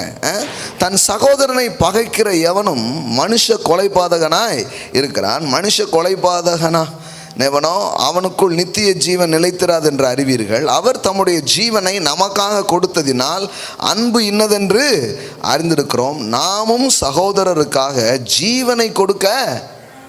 என்ன மாதிரி ரொம்ப தூரம் போகிற மாதிரி இருக்குல்ல. உயிர் எதுக்கு தான்? ஆனால் கொடுக்கறதுக்காக தான் இருக்குதான். ஏன்னா கடவுளே நமக்காக உயிரை கொடுத்தாரு. இது கொஞ்சம் பெருசாக தான் தெரியுது. ஆனால் தேவனுடைய அன்பில் வளர வளர நாம் அந்தளவுக்கு மக்கள் மேலே அன்பு செலுத்தக்கூடிய ஒரு மனிதர்களாக கடவுள் நம்மளை மாற்ற முடியும் பாருங்களேன். ஆமென். இந்த வேதாகமத்தின் காரியம் வந்து ஆரம்பிக்கும் போது நீங்கள் பார்த்தீங்கன்னா அன்பு, ஒற்றுமை இதெல்லாம் இருக்காது. அங்கே பார்த்தீங்கன்னா பகைமைகள், வெறுப்புகள், கசப்புகள் தான் இருக்கும். மனிதருக்கு மனிதர் போட்டி போடுறது, மனிதனை மனிதன் தாக்குவது, மனுஷனுக்கு மனுஷன் போர் செய்வது, இதே தான் இருக்கும். அந்த சிவிலைசேஷன்ஸ்லாம் நடக்கும் அந்த இடங்கள்லாம் நீங்கள் பார்த்தீங்கன்னா ஒருத்தர் யார், அதாவது என்ன சொல்லுது, வலியவன் எவனோ அவன் என்ன பண்ணுவான், வெல்லுவான் அப்படிங்கிற தத்துவத்தில் தான் எல்லாமே நடந்துக்கிட்டு இருக்கு. அப்போ இந்த மாதிரி ஒரு சமூகத்தின் மனிதர்களோடு கடவுள் தொடர்பு கொள்கிறார். ஆபிரகாமோடு பேசுகிறாரு, ஈசாக்கோடு பேசுகிறாரு, ஒவ்வொரு தலைமுறையோடையும் கடவுள் என்ன பண்ணுறாரு, பேசுகிறாரு. பேசுனா யாக்கோபோடு கூட பேசுகிறார். பேசுனா பார்த்தீங்கன்னா அவன் வாழ்ந்து கொண்டிருக்கிற கலாச்சாரம் எப்படி இருக்குதுன்னா சாதாரணமாக இல்லை, ரொம்ப வன்முறையான ஒரு கலாச்சாரமாக தான் இருக்குது. ஆனால் கூட கடவுள் அவங்களோட பயணம் பண்ணும்படி தீர்மானம் பண்ணுறார். ஆமென். இதுதான் வேதாகமம் பாருங்கள். பைபிள்லாம் என்னங்கிறது புரிஞ்சுக்கோங்க. அப்போது பயணம் பண்ணும்படி தீர்மானிக்கிறாருன்னு என்ன அர்த்தம்னா, நான் உன்னை ஆசீர்வதிப்பேன்ப்பா, உன் கூட இருப்பேன் அப்படிங்கிறாரு. உடனே இவன் கேட்குறான், அப்போ என் கூட இருப்பீங்கன்னா நாளைக்கு சண்டைக்கு போகிறேன் வாரீங்களா அப்படிங்கிறான். யாரை? கடவுளை. வாரேன் அப்படிங்கிறாரு. போனால் இவன் வீழ்த்தின ஆட்களை விட, இவன் போய் அடித்த ஆளை விட அவர் அவன் கூட இருந்து பெருசாக அடிக்கிறார். உடனே அவன் பார்த்தான், செம்ம ஆலியா என் கடவுள், இன்னைக்கு சண்டைக்கு போனோம் பாருங்கள், நான் 2 பேரை தான் தூக்கி போட்டு மிதித்தேன், அவர் வெளுத்து கட்டிட்டார்ல. உடனே அவருக்கு பேரே வச்சுட்டான். என்ன பேர்? ஆமாம், த காட் ஆஃப் வாரியர், சேனைகளின் கத்தர். ஆனால் உண்மையிலே அது அவர் பேர் கிடையாது. அவர் வந்து யுத்தம் பண்ணுறது கிடையாது, யுத்தத்தில் வல்லவர் அப்படின்ட்டாங்க. சில நான் எங்கடா சொன்னேன், நீங்களா சொல்லிட்டீங்களடா அப்படிங்கிற மாதிரி இருக்கும் பாருங்க. அந்த மாதிரி தான் இவங்களாம் சொல்கிறாங்க. ஆனால் அவர் அவங்க கூடவே வராரு. இவங்க வந்து ஒவ்வொரு காரியமும் பண்ண இவர் கூடவே இருந்து அவங்க கூட பயணம் பண்ணிட்டே வராரு. இவன் நினச்சிக்கிறான் நம்ம எதிரி. யாருடைய எதிரி? அவருக்கும் எதிரியாக இருக்கிறாரு. சூப்பர் கடவுள் எனக்கு கிடச்சிருக்கிறாருன்னு அப்படியே வந்துக்கிட்டே இருக்கும்போது கொஞ்சம் கொஞ்சமாக தேவன் தன்னுடைய இருதயத்தை மனுவர்க்கத்துக்கு என்ன பண்ண ஆரம்பிக்கிறாரு, வெளிப்படுத்த ஆரம்பிக்கிறார். நல்லா புரிஞ்சுக்கோங்க. மாற்றம்ங்கிறது இவங்க நினைக்கிறாங்க போட்டு அன்பு செலுத்துகிறாயா அப்படின்னோடனே அன்பு யாரும் செலுத்திட போகிறது கிடையாது. நீ பரிசுத்தம் அப்படின்னோடனே யாரும் பரிசுத்தமாகிறது கிடையாது. சில காரியங்களை குறித்த வெளிச்சமும் வெளிப்பாடும் நமக்கு வரும் பொழுது இதெல்லாம் தன்னால் வாழ்க்கையில் வர ஆரம்பிச்சிடும். ஆமென். அதுக்கு தான் இதை சொல்கிறேன். கொஞ்சம் கவனிங்க, ஆழமாக கவனிங்க. இந்த வார்த்தையே உங்களை பரிசுத்தமாக்கும். வார்த்தை பரிசுத்தமாகுமா? கண்டிப்பாக ஆகும். நீங்கள் வாசித்து பாருங்கள். யோவான் சுவிசேஷம் 15வது அதிகாரம் பாருங்கள், 3வது வசனம் பாருங்கள். John 15:3. நான் உங்களுக்கு சொன்ன உபதேசத்தினாலே நீங்கள் இப்பொழுதே சுத்தமாக இருக்கிறீர்களே. அப்படின்னா என்னென்னா, இந்த பிரசங்கம் கேட்குற நேரம் என்ன தெரியுமா, நம்ம கொஞ்சம் அழுக்கு சகதியமாக வந்து உட்காந்துருக்குறோம். பிரசங்கம் கேட்குற நேரம் தெரியுமா, குற்றாலத்தில் குளிக்கிற மாதிரி. இந்த வசனம் அப்படியே உள்ளே இறங்கி உங்களை அப்படியே வாஷ் பண்ணி உங்களை அனுப்பிவிடும்பா. ஆமென். என்னமோன்னு நினச்சிட்டு வந்திருப்பீங்க, வசனம் உள்ளே போய் உங்களை தூய்மையாக்கிடும். சாச்சா நம்ம அது அப்படி உங்களை மாற்றும் பாருங்களேன். அதுதான் கடவுளுடைய வார்த்தை. நீங்களாம் பண்ணதுக்கு அப்படின்னு ஏதோ ஒரு கோவத்தில் வந்து உட்காந்துருப்பீங்க. ஆனால் கடவுளுடைய வசனம் அப்படியே உள்ளே போய் உங்களே அது மாற்றும், உங்கள் குணத்தையே அது மாற்றும், உங்கள் தன்மையை அது மாற்றும். அதை தான் சொல்கிறாரு, நான் உங்களுக்கு சொன்ன உபதேசத்தினாலே நீங்கள் இப்பொழுதே சுத்தமாக இருக்கிறீர்களே. அப்போ கவனிங்க, கடவுள் மனிதனோட பயணம் பண்ணிட்டே வராரு. பயணம் பண்ணிகிட்டே வரும்போது திடீர்னு பார்த்தீங்கன்னா சில வழிமுறைகளெல்லாம் அவங்களுக்கு சொல்லித்தராரு. இப்படி தான் வாழ்க்கையை வாழணும், இப்படி தான் போகணும் அப்படின்னு சொல்கிறார். பட் அது நிரந்தரமாக இல்லை. அதுவுமே அந்த நாட்களுக்கு தேவையான தற்காலிகமான ஒரு ஏற்பாடு தான். பாருங்களேன், என்ன மாதிரி தற்காலிகமான ஏற்பாடு? இப்போ நியாயப்பிரமாணம்னு வச்சுக்கோங்க. நியாயப்பிரமாணம், இப்போ நியாயப்பிரமாணத்தை இப்போ நம்ம எப்படி பார்க்குறோன்னா, பாருங்கள் நியாயப்பிரமாணம்லாம் ரொம்ப மோசம் பிரதர், கர்த்தர் இப்போ நம்மளை எங்கே கொண்டு வந்துட்டாரு, கிருபையின் கீழே கொண்டு வந்துருக்கிறார் அப்படின்னு சொல்கிறோம். உண்மைதான். ஆனால் நியாயப்பிரமாணம் கொடுக்கப்பட்ட காலத்தையும் அந்த மக்களின் கலாச்சாரத்தையும் அவங்க வாழ்ந்து கொண்டிருந்த போது அவங்களுக்கு இருந்த மனநிலையும் உங்களுக்கு புரிஞ்சுதுன்னா, நியாயப்பிரமாணமே அவங்களுக்கு பயங்கர கிருபையாக இருந்திருக்கு. உங்களுக்கு புரிகிற மாதிரி சொல்கிறேன் பாருங்களேன். யாக்கோபு உடைய பொண்ணு அப்படி ஊர் சுற்றி பார்க்கறதுக்கு போகிறா. அப்போது அந்த ஊரில் இருக்கிற சிலர் வந்து என்ன பண்ணுறாங்க, அந்த பொண்ணை பலாத்காரம் பண்ணி கெடுத்துடுறாங்க. இப்போ இந்த செய்தி தெரிஞ்ச உடனே யாக்கோபின் பிள்ளைங்க என்ன பண்ணுறாங்க, போய் தந்திரமாக பேசி சம்மதியை வச்சு கடைசியில் அந்த ஊரை என்ன பண்ணிட்டான், அழிச்சிட்டான். ஏன் சகோதரி மேலையாடா கையை வச்சிங்கன்ட்டு ஒரு ஊரே என்ன பண்ணிட்டான்லோ காலி பண்ணிட்டாங்க.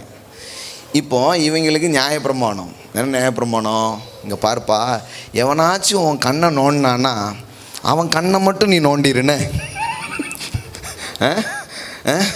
எவனாவது உன்னை வந்து பல்ல உடைச்சான்னா என்ன பண்ணு, பல்ல மட்டும் உடைச்சிரு, வலது கண்ணா கரெக்டாக எதனா நோண்டணும்.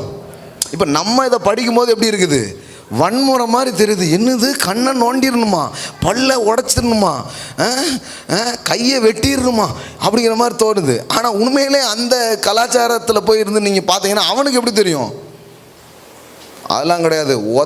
ஒரு இதுக்கு 10 பேர் போய் ஆகணுங்கிறான். ஊரே நான் காவு கொடுக்காம விட மாட்டேன் அப்படிங்கிறான்.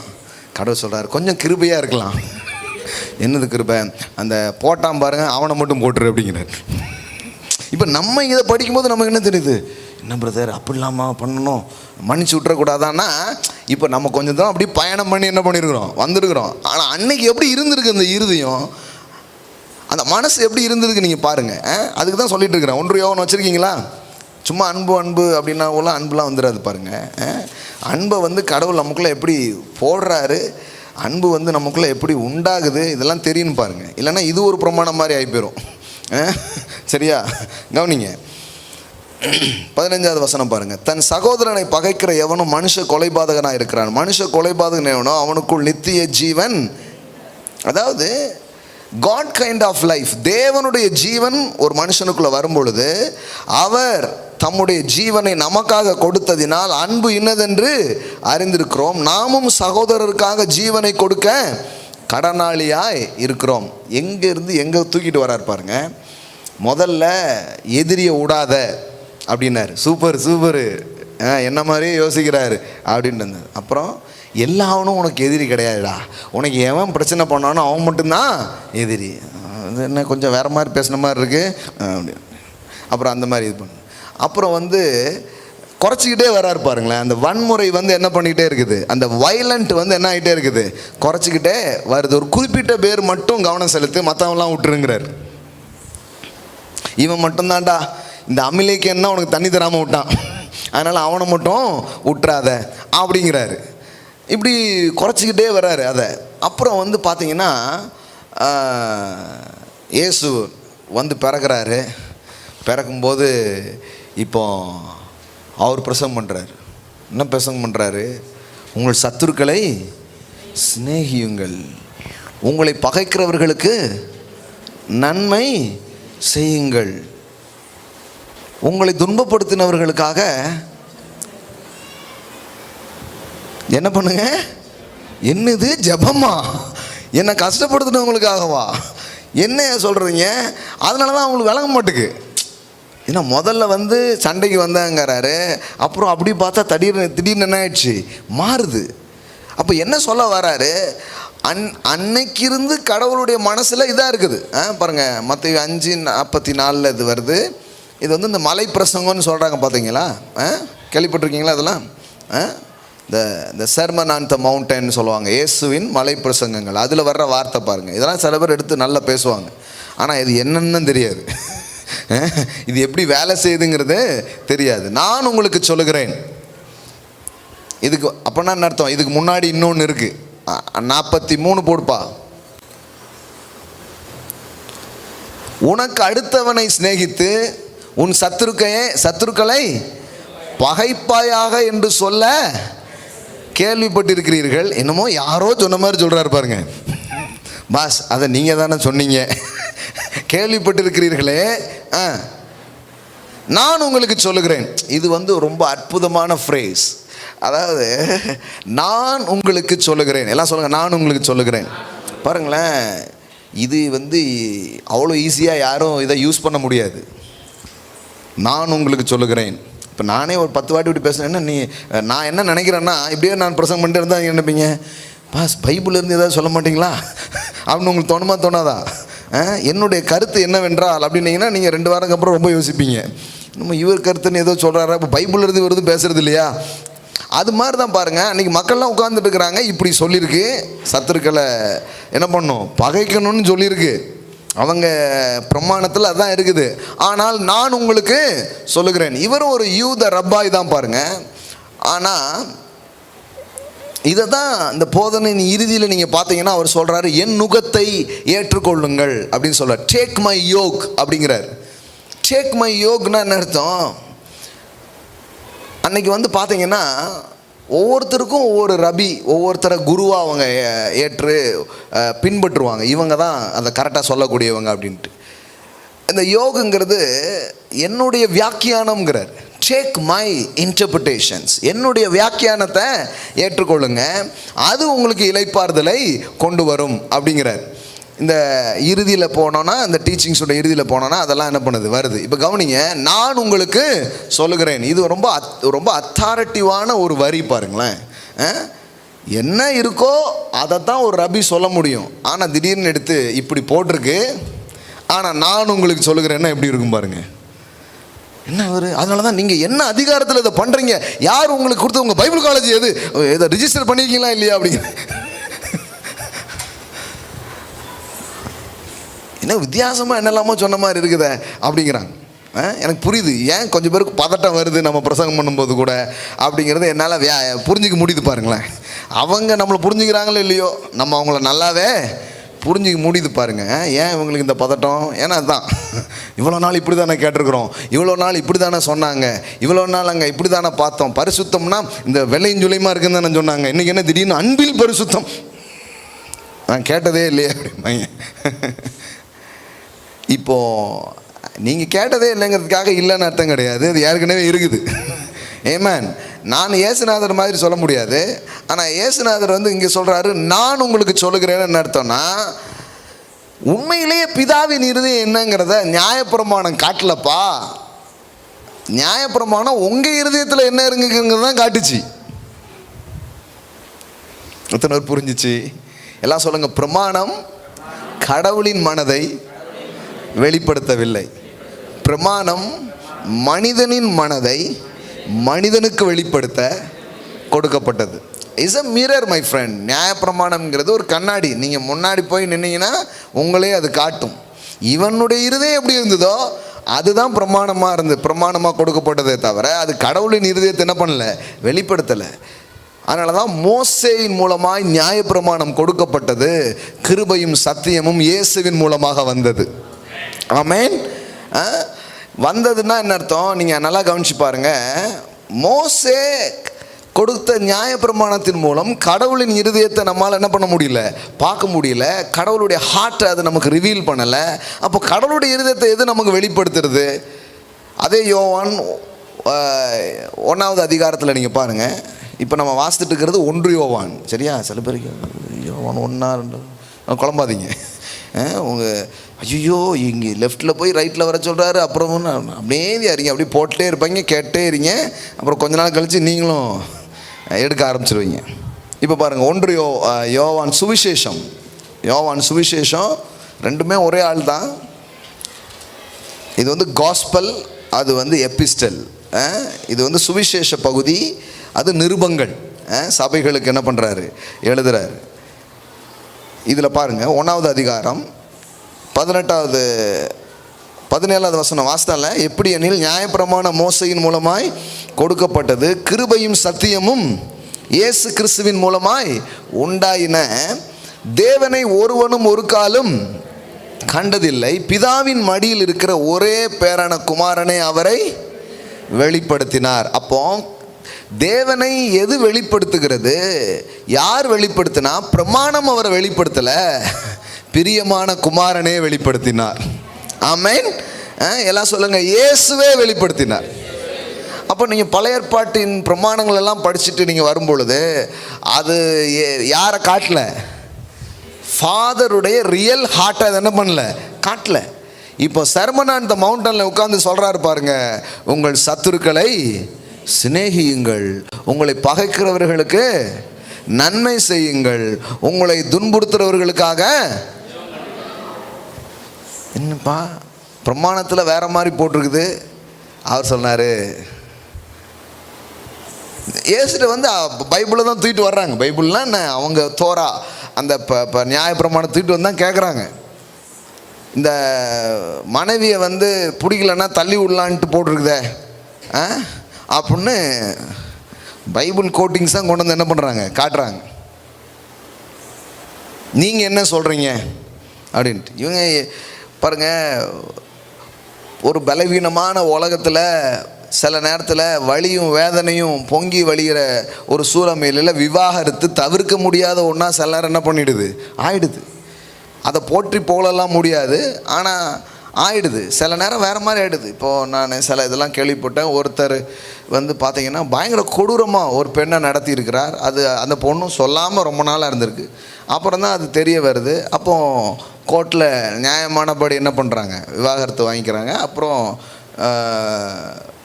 மறுபடியும் ஒரு திருமணம்லாம் முடிஞ்சு இப்போ குழந்தைங்களாம் இருக்குது, ரொம்ப நல்லா இருக்கிறாங்க. இப்போது இதை நம்ம வந்து வரவேற்க முடியாது. ஆனால் அதே நேரத்தில் அந்த நிலையில் பாதிக்கப்பட்ட மக்கள் நம்ம குற்றப்படுத்தவும் முடியாது. ஏன்னா சில நேரத்தில் சில விஷயம் அங்கே என்னதான் இருக்குது, ஒரு தீர்வாக மாறுகிறது. இது வந்து எல்லாரும் எடுத்துகிட்டு போக முடியாது பாருங்கள் இதை. இப்போது ஆனால் அவங்க என்ன அதுக்காக வச்சார். ஏன்னா மனுஷன் வந்து இவ்வளோ பலகீனமாக இருக்கிறான், என்ன பண்ணுறது, இப்படி ஒன்று ஆயிடுச்சுன்னா இப்படி அந்த பொண்ணுக்கு நீதி செய்யணுங்கிறதுக்காக தள்ளிச்சீட்டை கொடுக்கலாம். அப்படின்னா என்ன, அவளுக்கு நியாயமாக என்னென்ன இப்போ கூட சட்டத்திலலாம் இருக்குல்லையே அந்த ஜீவன அம்சம்லாம் கொடுக்குறாங்க. அந்த மாதிரி கொடுத்து நீ இது பண்ணிவிட்டு மறுபடியும் ஒரு கல்யாணம் என்ன பண்ணிக்கலாம். இவன் இதையே வேலையாக இருந்திருக்கிறாங்க. செட்டில்மெண்ட் பண்ணிக்கலாம், அடுத்தது உங்களுக்கு எவ்வளோமா செட்டில்மெண்ட்டு, அடுத்தது இப்படியே வேலையாக இருந்திருக்காங்க. கேட்டால் மோசே சொன்னார் அப்படிங்கிறாங்க. இங்கே வாங்க மண்டேலே போடுறாங்க. ஏசிட்டு வந்து அப்படி தான் நின்றுட்டுருக்குறாங்க. அங்கே பாருங்கள். அப்போ அவர் சொல்கிறாரு, மோசே அவருடைய பிரமாணத்தில் இப்படி சொல்லியிருக்கிறாங்களே அப்படின்னு தான் என்ன பண்ணுறாரு, காட்டுறாரு. அப்போ ஏசு ஒரு வார்த்தை பயன்படுத்துகிறார் பாருங்களேன். டப்புன்னு இந்த நியாயப்பிரமாணம் தூக்கி தூர போட்ட மாதிரி இருக்குது அந்த வார்த்தை. என்ன சொல்கிறாரு தெரியுமா? வந்தார்கள் இது பாருங்க. அப்பொழுது பரிசேயர் அவரை சோதிக்க வேண்டும் என்று அவரிடத்தில் வந்து, புருஷனானவன் தன் மனைவியை எந்த முகாந்தரத்தையாகிலும் தள்ளி விடுவது, எந்த முகாந்தரத்திலேயாவது சேர்றதுக்கு வழி என்னவோ அதை யோசிக்கல பாருங்க. கேள்வியே பாருங்களேன், எதையாவது வச்சு தள்ளி விடலாமா, ஏய் எதையாவது சொல்லி சேர்த்துக்கலாமான்னு யோசிக்கணும். ஏமேன், என்னத்தை சொல்லி கேன்சல் பண்ணலாம், அதுக்கு ஏதாவது வழி இருக்கா, இப்படி தேடுறாங்க பாருங்க. அப்படி தேடினா வழி கண்டிப்பாக நிறைய கிடைக்கும். எதையாவது சொல்லி சேர்த்து கொள்ளலாமான்னா அது கொஞ்சம் நியாயமான கேள்வி பாருங்களேன். சேர்றதுக்கு ஏதாவது வழி இருக்கா, உருப்படுறதுக்கு ஏதாவது வழி இருக்குன்னு கேட்டால் சொல்லலாம். எப்படி உருப்படாமல் போகிறது அப்படின்னு கேட்டால் எப்படி இருக்குது, அந்த மாதிரி தான் இருக்குது இது. தள்ளி விடுவது நியாயமா என்று கேட்டார்கள். அவர்களுக்கு பிரதித்திரமாக, ஆதியிலே மனுஷனை உண்டாக்கினவர் அவர்களை ஆணும் பெண்டுமாக உண்டாக்கினார் என்பதையும். இவங்க என்ன சொல்கிறாங்க, மோசையின் பிரமாணத்தில் இப்படி சொல்லியிருக்கேங்கிறாங்க. இவர் என்ன சொல்கிறாரு, ஆதியிலே, இன் த பிகினிங். மோசையின் பிரமாணம் 400 வருஷத்துக்கு அப்புறம் வந்தது. ஆனால் அதுக்கு முன்னாடி எல்லாம் சொல்லுங்கள் ஆதியிலே அப்படின்னா என்ன அர்த்தம், பிரமாணத்தெல்லாம் விட்டுரு, அவர் இருதயத்தில் என்ன இருந்ததுன்னா ஒரு ஆணும் பெண்ணும் ஒற்றுமையாக வாழ்கிறது தான் இருந்ததுங்கிறார். ஆமேன். அப்படின்னா என்ன அர்த்தம்னா, இவங்க பிரமாணத்தை பார்த்து வாழ்ந்தாங்க. இயேசு இந்த பூமிக்கு வந்தது பிரமாணம் வந்து உனக்கு கடவுளை காட்டவே இல்லைப்பா. இன்னும் சொல்ல போனால் நீங்கள் வாசித்த வேத வசனங்கள் உனக்கு அவரை காட்டல, நான் தான் அவரை காட்டுறதுக்காக வந்திருக்கிறேன் அப்படின்னு சொன்னார். ஆமேன். இப்போ கவனிங்க, ஆதியிலே உண்டாக்கினவர் ஆணும் பெண்ணுமாக உண்டாக்கினார் என்பதையும், இது நிமித்தம் புருஷனானவன் தன் தகப்பனையும் தாயையும் விட்டு தன் மனைவியோடு இசைந்திருப்பான், அவர்கள் இருவரும் ஒரே மாம்சமாய் இருப்பார்கள் என்று அவர் சொன்னதையும் நீங்கள் வாசிக்கவில்லையா? இப்படி இருக்கிறபடியினால் அவர்கள் இருவராயிராமல் ஒரே மாம்சமாய் இருக்கிறார்கள். ஆகையால் தேவன் இணைத்ததை மனுஷன் பிரிக்காதிருக்க கடவன் என்றார். ஆமென். அட்டால போடுங்க. அதற்கு அவர்கள், அப்படியானால் விட மாட்டேங்க பாருங்க, தள்ளுச்சீட்டை கொடுத்து அவளை தள்ளிவிடலாம் என்று மோசே என் கட்டளையிட்டார் என்றார்கள். அதற்கு அவர், உங்கள் மனைவிகளை தள்ளிவிடலாம் என்று உங்கள் இதய கடினத்தின் நிமித்தம் மோசே உங்களுக்கு இடம் கொடுத்தார், ஆதி முதலாய் அப்படி இருக்கவில்லை. எத்தனை பேருக்கு புரியுது இது? நீ அந்த பொண்ணை ரொம்ப கொடுமைப்படுத்துகிற, கஷ்டப்படுத்துகிற, சரி அவளுக்கு நீ பண்ணி தான் ஆகணுங்கிற மாதிரி இருக்கிற, அவளுக்கு ஏதாவது ஒரு வாழ்வுக்கு ஒரு வழி கிடைக்கட்டும்னு சொல்லி தற்காலிகமாக பண்ணின ஒரு ஏற்பாடு, அதுவும் இருதய கடினத்து நிமித்தம் அந்த சட்டம் என்ன பண்ணுச்சு, வந்துச்சு. ஆனால் ஆதி முதலாய் அப்படி இருக்கவில்லை. ஆமென். இப்போ இதுதான் நீங்கள் பைபிளை பார்க்க வேண்டிய பார்வை. பாருங்க எப்படி பார்க்குறது. ஏதோ வன்முறை, கொலை அல்லது எதிர்ப்பு இப்படியே போல, இது கடவுளுடைய ஐடியாவே இல்லை. இது மனுஷன் விழுந்து போனதுனால தன்னை தற்காத்து கொள்ளணும்னு சொல்லி இவன் காப்பாற்ற வர்றானா என்னை தூக்க வர்றானானே இவனுக்கு சந்தேகம். கொன்ன பிறகு தான் யோசிக்கான், ஓஹோ என்ன இதுக்கு தான். அந்த பழைய கதை ஒன்று நீங்கள் படிச்சிருக்கீங்க, இப்போ ஸ்கூல்லாம் உண்டு பாருங்கள். ஒரு பெண் ஒரு கீரி பிள்ளையை வளர்ப்பா. தெரியுமா அந்த கதை உங்களுக்கு? ஒரு குழந்தையும் இருக்கும். அப்போ ஒரு நாள் ஏதோ பாம்பு இந்த குழந்தைய கடிக்க வரும். இந்த கீரி என்ன பண்ணிடும், அதை கட் பண்ணி போட்டுரும். ஆனால் வெளியிலேருந்து பார்க்கும்போது இவளுக்கு என்ன தோணும், என் குழந்தைய கொண்டான்னு தண்ணி கொடுத்தாலே அதை என்ன பண்ணிடுவான், சோழியை முடிச்சிடுவா. திடீர்னு பார்த்தா தான் தெரியும் அது நல்லது செஞ்சுருக்குன்ட்டு அப்படின்ட்டு. புரியுதா உங்களுக்கு? இது இங்கே நீங்கள் இது எப்படின்னா, இந்த உலகம் இந்த ஃபாலன் இமேஜில் இருக்கிறதுனால நீங்கள் நல்லது பண்ணுறீங்கிற நம்பிக்கை வர்றதுக்கே அவனுக்கு ஒரு 40-50 வருஷம் ஆகும். அதனால தான் பாருங்கள், நல்லது பண்ணுறவங்க ரொம்ப கஷ்டப்படுறாங்க. ஆனாலும் நல்லது பண்ணணும். ஆமென். ஏன்னா நமக்கு ஒருத்தர் நல்லது பண்ணதுக்கு ரெடியாக இருக்கிறார்.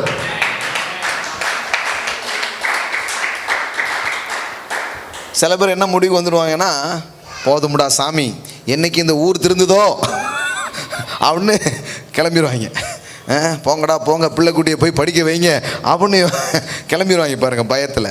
அப்படி கிடையாது. கடவுள் பாருங்கள் எப்படி அவர் வேலை செய்கிறாருன்னு உங்களுக்கு தெரியணும். இந்த காயப்பட்ட உலகத்தை சுகப்படுத்தும்படி கடவுள் எப்படி வேலை செய்கிறாருன்னு உங்களுக்கும் எனக்கும் தெரிஞ்சதுன்னா, உங்கள் இறுதியும் சுகமாகிறதுங்க எப்படிங்கிறது தெரிஞ்சுப்பீங்க. சமூகத்தை சுகமாக்குவது எப்படிங்கிறதும் உங்களுக்கு தெரிய ஆரம்பிக்கும். ஆமென். முதல்ல மனுஷங்களை நீங்கள் புரிஞ்சுக்க ஆரம்பிப்பீங்க. ஓஹோ இதுதான் மேட்ரா, இதனால தான் இவன் இந்த மாதிரிலாம் பண்ணுறானா, இதனால தான் இவங்க இவ்வளோ எதிர்ப்புகளை காட்டுறாங்களா, இவ்வளோ வன்முறைகளை வெளிப்படுத்துறதுக்கு காரணம் இதுக்கு பின்னாடி இப்படி ஒரு விஷயம் இருக்குதாங்கிறது உங்களுக்கு தெரிய வரும் பாருங்கள். ஆதி முதலாய் அப்படி இருக்கவில்லை. சரி, எல்லாம் சொல்லுங்கள், ஆதி முதலாய் இருக்கவில்லை. இயேசு எதை காட்ட வர்றாருன்னா, பிதாவின் இருதயத்தில் என்ன இருக்குதோ அதை காட்ட வர்றார். ஆமென். அப்போ இடையில வந்த பிரமாணம் கடவுளின் இருதயத்தை காட்டல. பல்லுக்கு பல், கண்ணுக்கு கண், இது கடவுளின் இருதயம் இல்லை, இது இவன் இருதயம். இவன் இருதயத்தை கண்ட்ரோல் பண்ணி வச்சிருக்கு. டேய் எல்லார் பல்லையும் உடைச்சிடாதடா, எவன் உடைச்சானோ அவன் பல்ல மட்டும் வேணா என்ன பண்ணிக்கோ, உடச்சிக்கோ, ரொம்ப வன்முறையாக போகக்கூடாது, எல்லாரையும் அடித்து நொறுக்கிறாத அப்படின்னு கண்ட்ரோலுக்காக என்ன பண்ணுறாரு, கொடுக்குறாரு. ஆனால் இப்போ இயேசு வராரு, அன்புன்னா அந்த உலகத்துக்கு என்னன்னு காட்டுறாரு. இப்போ சொல்கிறாரு, நான் உங்களுக்கு சொல்லுகிறேன். எல்லாம் சொல்லுங்கள், நான் உங்களுக்கு சொல்லுகிறேன். ஆமென். இப்போ சொல்கிறார் பாருங்கள், உங்களை சத்துருக்களை சிநேகியுங்கள், உங்களை பகைக்கிறவர்களுக்கு நன்மை செய்யுங்கள். அது எப்படிங்க முடியும்? அது எப்படி முடியும்? அப்புறம் என்ன, இழிச்சவாயின்னு சொல்லிட மாட்டாங்களா? கண்டிப்பாக சொல்லுவாங்க, கண்டிப்பாக சொல்லுவாங்க. பொழைக்க தெரியாத ஆள்னு சொல்லிட மாட்டாங்களா? கண்டிப்பாக சொல்லுவாங்க. ஏன்னா இந்த உலகம் பொறுமையை கூட கோழைத்தனம் என்று தான் புரிந்து கொள்ளும். உங்களால் முடியும், ஆனால் நீங்கள் அமைதியாக இருக்கிறத வச்சுட்டு என்ன யோசிப்பாங்க?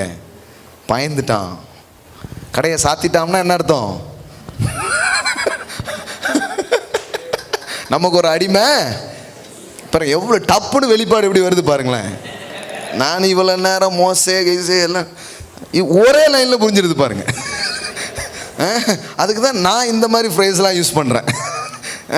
சில பேர் அதுக்கு என் மேலே கோச்சிக்கிறாங்க. ஏதாவது ஒன்று விளக்கணும். இப்போ இயேசு வந்து அந்த காலத்தில் இருக்கிற சில ஓமைகளெல்லாம் எடுத்து என்ன பண்ணுறாரு, பயன்படுத்துகிற ஒட்டகமானது ஊசியின் காதிலே அப்படிங்கிறாரு. இப்போ உங்களுக்கு அது அர்த்தமே இப்போ நிறைய பேர் தெரியாது நமக்கு. அப்படின்னா என்னது அப்படிங்கிற மாதிரி யோசிப்போம். அது அவங்க ஊர் பழமொழிங்க. நம்ம ஊர் பழமொழி வந்து வடை போச்ச அப்படின்னா எல்லாருக்கும் புரியுது. ஓஹோ அதான் சொல்ல வரீங்களா? எல்லாம் புரியுது. ஒரு ஆணியும் எல்லாருக்கும் விளங்கிடுது. ஓஹோ இதை பற்றி வெளிப்பாட்டை தான் இவர் பேசி கொண்டிருக்கிறார் அப்படின்ட்டு. கவனிங்க, இப்போ அது எப்படி சாத்தியம்? என்னை வந்து அப்போ ஒரு மாதிரி யோசிட மாட்டாங்களா? நான் வந்து ஒரு பொறுமையாக இருக்கிறத இப்போ அந்த மாதிரி யோசித்துக்கிட்டு தான் அட்வான்டேஜெலாம் என்ன பண்ணுறாங்க, எடுத்துப்பாங்க சில பேர். அது இன்னும் நமக்கு கஷ்டமாக இருக்கும். இது என்ன தெரியுமா, நமக்கு எல்லாமே தெரியும், ஆனால் அவங்க நமக்கு ஒன்றுமே தெரியாத மாதிரியே நடந்துகிட்டே இருப்பாங்க. இப்போ இதில் தான் இருக்குது பாருங்கள் எல்லாமே. நீ பழைய ஏற்பாட்டிலே பாருங்கள், இந்த சவுல் ராஜா வந்து தாவீதை கொல்றதுக்காக தேடுறான். விரட்டி விரட்டிப்பான். அவனும் போய் எங்கெல்லாமோ ஒழிஞ்சிக்கிறான், எல்லாம் பண்ணிக்கிறான், எல்லாம் பண்ணுறான். ஒரு டைமில் பார்த்தீங்கன்னா இந்த சவுல் ராஜா வந்து கரெக்டாக தாவீதுக்கிட்ட வந்து மாட்டுறான். அவன் ஒன்று சொல்லுது, அவனை இன்னையோடு அவனை முடிச்சிடணும் அப்படின்ட்டு. இவனை ஒருத்தனை முடிச்சிட்டா கதை முடிஞ்சு, கத்தர் வேற என்ன அடுத்த ராஜான்னு வேற சொல்லியிருக்கிறாரு. எப்படியோ வாக்குத்தத்தை நிறைவேறிடும் அவன் பண்ணியிருந்துருக்கலாம். ஆனால் அவன் என்ன பண்ணுறான்னா, அவனுடைய வஸ்திரத்தின் ஒரு தொங்கல், ஒரு ஓரத்தை மட்டும் என்ன பண்ணுறான், கட் பண்ணிக்கிறான். கட் பண்ணிவிட்டு சவுல் எதிர வரும்பொழுது காட்டுறான். நான் உன்னை முடிக்கணும்னா என்ன பண்ணியிருந்துருக்கலாம், முடிச்சிருந்துருக்கலாம். ஆனால் என்ன பண்ணல. ஏன்னா அது என் நோக்கமே கிடையாது. கடைசியில் சவுல் வந்து அவனை ப்ளஸ் பண்ணிட்டு போகிறான். என் குமாரனே நீ பெரிய காரியங்களை செய்வாய் அப்படின்ட்டு. ஏன்னா அவனுக்குள்ளே ஒரு ஆவி பூந்துன்னா ஆவி வந்து எல்லா வேலையும் பண்ணுறதில்ல. நம்ம ஆமேன்னு சொன்னோன்னா அந்த ஆவிலாம் வந்துடும். இது பெரிய வெளிப்பாடு பாருங்களேன். சில பேர் எல்லாருமே ஆவி மேலே பழி தூக்கி போட்டுருவாங்க. ஆவி வந்து முதல்ல ஆவி வராது. நீங்கள் அப்படியே இருந்துகிட்டே இருந்தீங்கன்னா அதுக்கு ஒத்துழைப்பு தருகிற சில ஆவிகள் இருக்கிறது. நீங்கள் நன்மை செய்யணும்னு நினைக்கும் போது அதுக்கு ஒத்துழைப்பு பண்ணுறதுக்காக தூதர்கள் இறங்கி வருவாங்க. அது மாதிரி இந்த கெட்ட இதுலலாம் போகும்போது அதுக்கு சில ஸ்பிரிட் வந்து என்ன பண்ணும், நல்லா உங்களுக்கு சப்போர்ட் பண்ணும். இந்த யூடியூப்ஸில் நீங்கள் தொடர்ந்து ஏதாவது பார்த்துட்டு இருந்தீங்கன்னா ரெக்கமெண்ட்னு வரும் பாருங்கள். நீங்கள் தேடுறதெல்லாம் அதுவே எடுத்து கொடுக்குற மாதிரி தான் இந்த ஸ்பிரிட்டும். அப்புறம் அவள் வந்து முழுசாக வேலையை செய்ய ஆரம்பிச்சிருவாள். இப்போ அந்த இடத்துல அவன் கொல்லலாம், ஆனால் கொல்லலை பாருங்கள், அவன் விட்டுருதான். இப்போ இதே மாதிரி தான் இயேசு கிறிஸ்துவின் இடத்துல வருகிற ஒவ்வொரு சம்பவத்திலும் நீங்கள் பார்த்தீங்கன்னா அவர் செய்ய முடியும் ஆனால் செய்யலை. ஆமென், எல்லாம் சொல்லுங்கள், செய்ய முடியும் ஆனால் செய்யலை.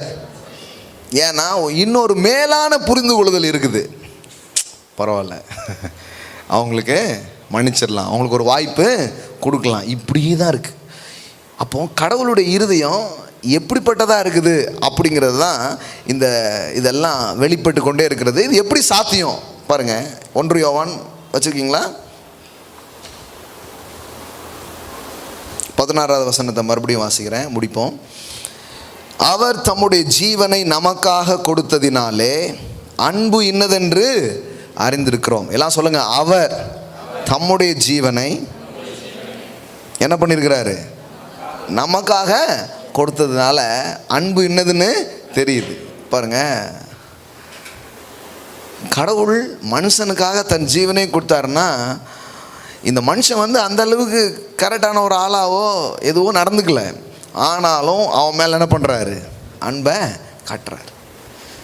இப்போ நம்ம எடுத்த உடனே சத்துருக்களை சிநேகிப்பாயாக, பகைக்கிறவர்களுக்கு நன்மை செய்வாயாக அப்படிலாம் சொன்னால் அந்த கலாச்சாரமே நமக்கு கிடையாதே, அப்படி ஒரு கல்ச்சரே கிடையாது.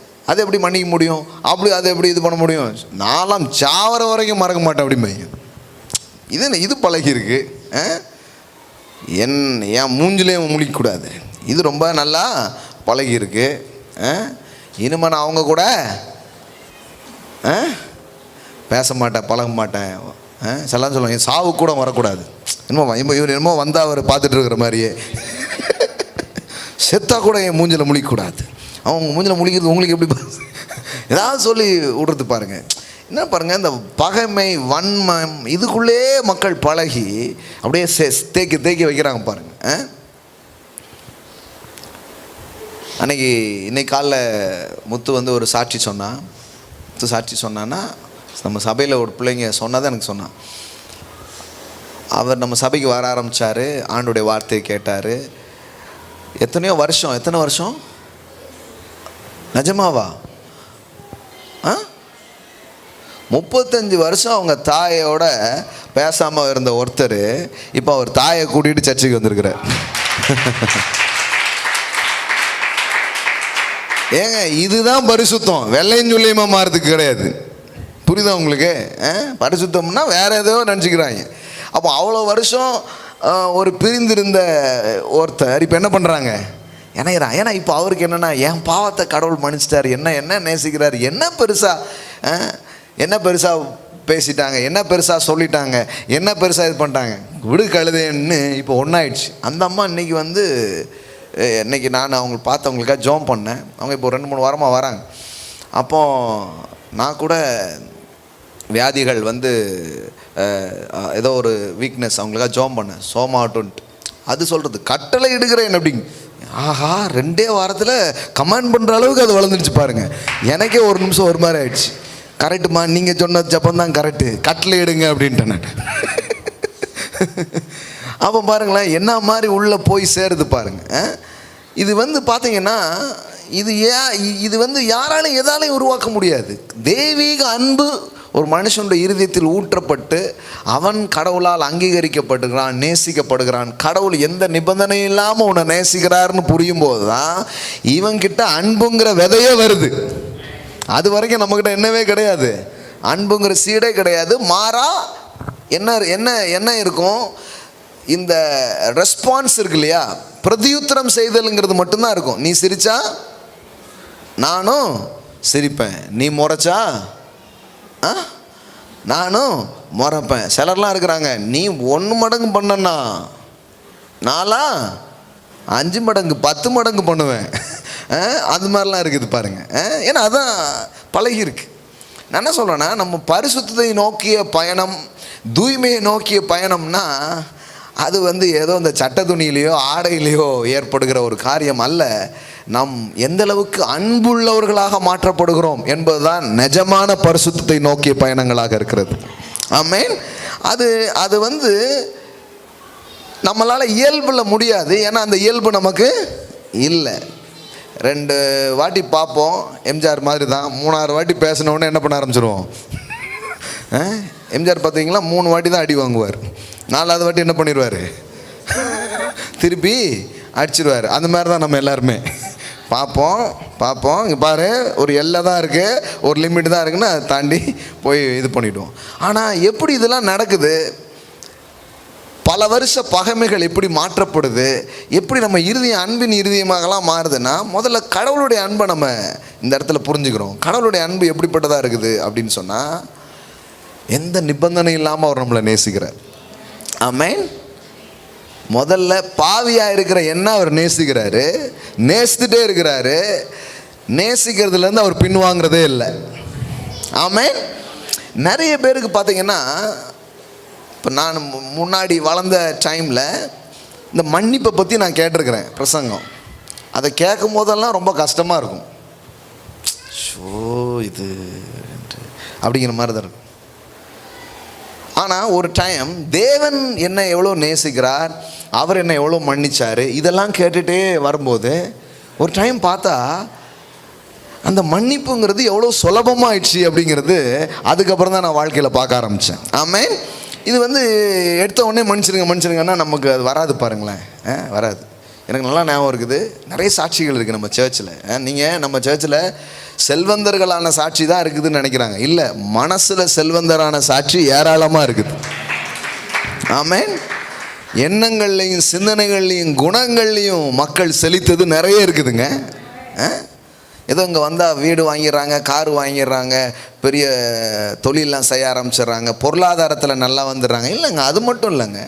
அதை பற்றி மட்டுமே நாங்கள் பேசலை, எல்லாத்தையும் பேசுகிறேன் நான். சில நேரத்தில் சில விஷயத்த கொஞ்சம் முக்கியமாக பேசணுங்கிறதுனால அதை கொஞ்சம் அதிகமாக சொல்கிறது உண்டு பாருங்கள். அப்போது ஒருத்தர் வந்து உட்காந்துருந்தார் இந்த மாடி சர்ச்சில். அப்போ என்கிட்ட கேட்டார், நான் இங்கே தொடர்ந்து வரலான் இருக்கேன், உங்கள் இதெல்லாம் நல்லா இருக்குது, ஓகே வாங்க பிரதர். அப்போ சொன்னார், ஆனால் இந்த மன்னிப்பை பற்றி மட்டும் நீங்கள் தயவுசெய்து பேசாதீங்க அப்படிங்க. எப்படி இருக்குது பாருங்கள் இது, அப்படியே சொன்னார் என்கிட்ட. இந்த மன்னிப்பை பற்றி மட்டும் எனக்கு அது சொன்னீங்கன்னா எனக்கு ஒரு மாதிரி ஆயிரும், என்னால் உட்காந்துருக்கவே முடியாதுங்கிறார் பாருங்கள். என்ன எல்லாம் ஒரு ரெக்வஸ்ட்டோடு உட்காடுறாங்க. இப்படி ஆளுக்கு ஒரு ரெக்வஸ்ட் கொடுத்தீங்கன்னா எப்படி இருக்கும்?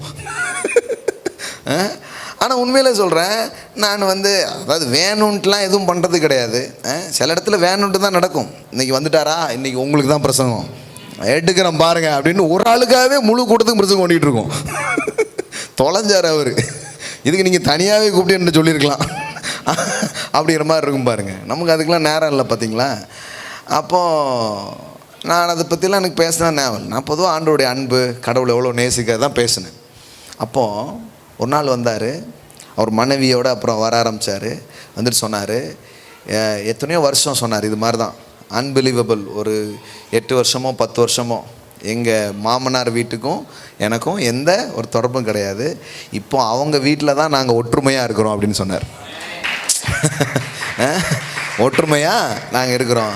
அப்போ நான் எப்படி நடந்ததுன்னா, என்னமோ தெரிலங்க, நாங்கள் வந்தேன், ஆண்டவருடைய அன்பு இதெல்லாம் கேட்க ஆரம்பித்தேன், இப்போ என் இருதயம் என்ன ஆயிடுச்சு, எல்லாம் பெருசாக. அதான் சொல்லலை, மனசு தெய்வீக அன்பினால் விசாலமாக பைபிள் ஒரு வசனம் இருக்கு இல்லையா, அதாவது அன்பு திரளான பாவங்களை மூடும். குற்றத்தில் பரவாயில்லைங்க, விட்டுருவோம், நம்மளை எவ்வளோ கடவுள் மன்னிச்சார், அந்த எண்ணம் வருது பாருங்களேன். புரியுதுங்களா உங்களுக்கு? அப்போ அந்த மாதிரி வந்து எனக்கு சாட்சி சொன்னார். ரொம்ப ஆச்சரியமாக இருந்தது. அன்னைக்கு நம்ம நிரீக்ஷனாக வந்து நம்ம காஃபி வித் டேடியில் லவ் பற்றி ப்ரீச் பண்ணிட்டு இருந்தான். அப்போது அன்றைக்கி அந்த நபர் வந்து நேரடியாக வந்து இங்கே சாட்சி சொல்லிகிட்டு இருந்தார். பாண்டிச்சேரியிலேருந்து வந்துட்டு சொல்லிட்டு இருந்தார். நம்ம உங்களுக்கெல்லாம் தெரியும், மணிகண்டன் பிரதர் சொல்லிட்டு இருந்தார், நான் வந்து ஒருத்தங்க கூட ரொம்ப நாளாக பேசவே மாட்டேன், ஆனால் அன்றைக்கி காலையில் அந்த வார்த்தையை தெய்வீக அன்பை பற்றி கேட்ட உடனே எனக்கு என்னமோ தெரில, அது மன்னிச்சிட்டு பேச ஆரம்பிச்சிட்டேன் அப்படின்னு சொன்னார். அப்போது இது எல்லாமே ஃப்ரூட், எல்லாம் சொல்லுங்கள், கனிகள். ஆமேன். அப்போ சும்மா நம்ம ஏதோ மன்னிப்புங்கிறது நம்ம ஏதோ மாம்சத்தில் ட்ரை பண்ணி அதெல்லாம் வராது. அதெல்லாம் ட்ரை பண்ணிங்கன்னா வராது. முயற்சித்து நீ மன்னிக்காவிட்டால், இந்த பழைய உடன்படிக்கையில் இருக்கிற ஒரு சிக்கல் என்ன தெரியுமா, நீ வந்து மன்னிக்கலன்னு வையன், கடவுள் உனக்கு மன்னிக்க மாட்டார், இப்படி சொல்லி விட்ருவாங்க. எப்படி இருக்கும் யோசித்து பாருங்கள். பரமன்ல ஜபத்தில் வேற அது கனெக்ஷன்ஸில் இருக்குது. பிறருடைய குற்றங்களை சொல்லுங்க போல எங்கள் குற்றங்களை எங்களுக்கு மன்னியும். இது எப்படி இருக்குது பாருங்கள். நீங்கள் எந்த அளவுக்கு மன்னிப்பீங்களோ அந்த அளவுக்கு தான் கடவுள் உங்களுக்கு மன்னிக்கணும்னா நீங்கள் யோசித்து பாருங்கள். வாய்ப்பு இல்லை ராஜா, அதே தான், வாய்ப்பே இல்லை. எவ்வளோ ட்ரை பண்ணாலும் அதுக்கு வாய்ப்பே கிடையாது. அப்போ இதுவும் சர்மன் அந்த மவுண்டனில் தான் என்ன பண்ணுது வருது. உங்கள் குற்றங்களை என்ன பண்ணுங்க, நீங்கள் எப்படி மன்னிக்கிறீங்களோ அப்படி தான் ஏசுநாதே சொல்லிட்டார் அப்படின்னு பலதை பிடிச்சிட்டே இருப்பாங்க. இதெல்லாம் பார்த்தீங்கன்னா ரொம்ப நாள் ஆயிடுச்சு. அப்போல்லாம் நம்ம கண்டிப்பாக கடவுள் நம்மளை மன்னிக்கிறது ரொம்ப கஷ்டம். ஏன்னா நம்ம மன்னிச்சாதான் அவர் என்ன பண்ணுவாராம். இது எல்லாமே தலைகீழ சொல்லி கொடுத்தது பாருங்களேன். ஆனால் உண்மையிலே வேதவசனம் என்ன சொல்ல வருது, எங்கள் கடனாளிகளுக்கு நாங்கள் போல எங்கள் கடன்களை எங்களுக்கு மன்னியும். அதாவது நம்ம அளவுகோலை வச்சு தான் கடவுள் நம்மளுக்கு அளக்கணும்னா அதுக்கு சான்ஸே கிடையாது. அப்போது என்ன பண்ணுறது பாருங்கள். ஏன்னா பைபிள் என்ன சொல்ல வருது, அதான் உண்மையா. நீங்கள் எப்படி மன்னிக்கிறீங்களோ அதை வச்சு தான் கடவுள் மன்னிப்பாரா உங்களை? அப்படி தான் வேதவசனம் போதிக்குதா? வேதவசனம் என்ன போதிக்குது பாருங்கள், நல்லா கவனிங்க. எபேசியர் 4ஆம் அதிகாரம் 31 பாருங்கள். சகல விதமான கசப்பு, எல்லாம் சொல்லுங்கள், சகல விதமான கசப்பு. அதில் பல வெரைட்டி இருக்குது பாருங்களேன். கசப்புன்னா நீங்கள் சாப்பிட்ற கசப்பு பற்றி சொல்ல, எதை பற்றி சொல்லுது தெரியுதா உங்களுக்கு? உள்ளத்துக்குள்ளே இருக்கிற சகல விதமான கசப்பு. ஆமாம், சகல விதமான கசப்பும், கோபமும், மூர்க்கமும், கூக்குரலும், தூஷணமும் மற்ற எந்த துர்க்குணமும் உங்களை விட்டு நீங்க கடவது. எப்படி இதெல்லாம் நீங்கும்? ஒருவருக்கொருவர் தயவாயும் மன உருக்கமாயும் இருந்து கிறிஸ்துவுக்குள் தேவன் உங்களுக்கு மன்னித்தது போல நீங்களும் ஒருவருக்கொருவர் மன்னியுங்கள். ஆமென். இப்போ அளவுகோலை மாற்றிட்டார். என்ன அளவுகோல்னா, நீ மன்னிக்கிற மாதிரி நான் மன்னிப்பேன்னு கடவுள் சொல்ல, நான் மன்னிச்ச மாதிரி நீ மன்னி அப்படிங்கிறார். ஆமென். அப்படின்னா என்ன அர்த்தம்னா, முதல்ல நான் உனக்கு தரேன், அப்புறமா நீ பகிர்ந்து கொடு அப்படிங்கிறார். இந்த பிரமாணத்தின் போதனைக்கும் இந்த கிருபையின் போதனைக்கும் சிம்பிளாக ஒரு வித்தியாசம் சொல்கிறேன் பாருங்களேன். இந்த பிரமாணத்தின் போதனை வந்து உங்ககிட்ட டிமாண்ட் பண்ணும், செய்வீர்களா செய்வீர்களா செய்வீர்களா, அதான் பிரமாணம். நம்ம வந்து செய்யதான் முடியலையே செய்யதான் முடியலையே செய்யதான் முடியலையே அப்படிங்கிறது தான் நம்மளுடைய கூக்குரல். ஆனால் கிருபை வந்து செய்வீர்களான்னு சொல்றது இல்லை, உனக்காக நான் எல்லாவற்றையும் செய்து முடிக்கிறேன். ஆமென். அப்படின்னு அதாவது the law demands. அப்போ இந்த சைடெலாம் லாவான்றாங்க, சும்மா எக்ஸாம்பிளுக்கு சொல்கிறேன். the law demands, the grace supply. பிரமாணம் ஒரு பாவியிடம் போய் நீதியை கேட்கிறது, ஆனால் கிருபை ஒரு பாவிக்கு நீதியை பரிசாக கொடுக்கிறது. ஆமென். Take it, receive it. இப்போ பெற்றதினால் நான் கொடுக்கிறேன். ஆமென். பாருங்க, ப்ராஸ்பரிட்டியோ ஃபர்கிவ்னஸோ கொடுக்கறத வச்சு தெரியும் நீங்க தேவனிடத்திலிருந்து பெற்றீங்களா இல்லையா அப்படிங்கிறது. ஆமென். தேவன் எனக்கு எவ்வளவு மன்னித்தார் என்று தெரிகிறதோ நான் அந்த அளவுக்கு எதை கொடுக்க ஆரம்பிப்பேன், மன்னிப்பேன், கொடுக்க ஆரம்பிப்பேன். ஆனால் நான் தேவனிடத்திலிருந்து அதை பெறலன்னு வைங்களேன், நான் மன ரீதியில் ஒரு தரித்திரனாகவே இருப்பேன். இப்போ பொருளாதாரத்தை யார் கொடுக்க முடியும்? தாராளமாக யார் கொடுக்க முடியும்? யார் தேவனிடத்திலிருந்து பெற்றார்களோ அல்லது யார் தேவனிடத்திலிருந்து பெற்றுக்கொண்டோம் என்று எண்ணுகிறார்களோ அவர்களால் தான் என்ன பண்ண முடியும். இப்போ சபையில் வந்து நீங்கள் டைட்ஸ் அண்ட் ஆஃபரிங்ஸ் வந்து செலுத்துகிற ஒரு முறைமையை நம்ம வச்சுருக்கிறோம். இப்போ யார் கொண்டு வந்து செலுத்துவா? செலுத்த வேண்டும், செலுத்த விழாவிட்டால் அப்படின்னு அது பயம். நீ கொடுக்கலன்னா அப்படின்னு கொடுக்குன்னு அடிக்கிறதுலாம் அது வேற. ஆனால் அதெல்லாம் இங்கே பேசுகிறதே இல்லை. ஆனால் யார் செலுத்துவா? இது ஏன் பலன், இதை உண்டாக்கலைங்க, நான் அந்த அளவுக்கு பெரிய ஆள் இல்லை, கர்த்தரின் ஆசீர்வாதமே ஐஸ்வர்யத்தை தந்திருக்கிறது அப்படின்னு ஒரு எண்ணம் வருது பாருங்க. அந்த எண்ணம் வந்தால் தான் நான் கொண்டு வந்து என்ன பண்ணுறேன், செலுத்துகிறேன். கர்த்தாவே இது நீங்கள் எனக்கு கொடுத்தது, தேங்க்யூ, உங்கள் கையில் வாங்கி உங்கள் கையில், இப்படி ஒரு அன்பினால் நம்ம அதை செய்கிறோம். அப்போ மற்றவர்களுக்கும் பகிர்ந்து கொடுக்குறோம். புரியுங்களா உங்களுக்கு? சபையில் கொடுக்குறோம், ஏழைகளுக்கு கொடுக்குறோம், மற்றவங்களுக்கும் என்ன பண்ணுறோம், கொடுக்குறோம். ஏன்னா கர்த்தர் எனக்கு கொடுத்தாரு. இப்படி பணத்தில் எப்படி இது நடக்குதோ அதே மாதிரி தான் குணத்துலையும். நீங்கள் எந்த அளவுக்கு அன்பு செய்வீங்க, எந்த அளவுக்கு மன்னிப்பீங்க, எந்த அளவுக்கு விட்டு கொடுப்பீங்கன்னா, கர்த்தர் என்னை எந்த அளவுக்கு மன்னிச்சார் தெரியுமா? இரக்கத்தில் ஐஸ்வர்யம் உள்ளவர்ப்பா. நான்லாம் பண்ணதுக்கு ஐயோ அப்பா இப்படியோ போயிருந்துருக்கணும், ஆனாலும் என்னை தூக்குனாருங்க, ஆனாலும் என்னை விடலங்க, ஆனாலும் என்னை காத்து கொண்டாருங்க, ஆனாலும் என்னை வாழ வச்சாருங்க. அப்போ நீங்கள் அதை அதனால தான் சில இடத்துல பாருங்கள், இந்த ஃபர்கிவ்னஸ் எல்லாம் கூட பிரசங்கம் பண்ணுறதை குறித்து கூட வேறு மாதிரி தான் யோசிப்பாங்க. ஆனால் இயேசு சொன்னார், எவனுக்கு அதிகம் மன்னிக்கப்படுகிறதோ அவன் அதிகம் அன்பு கூறுவான். ஆமென். எல்லாம் சொல்லுங்கள், எவனுக்கு அதிகம் மன்னிக்கப்படுகிறதோ அவன் அதிக அன்பு கூறுகிறான்.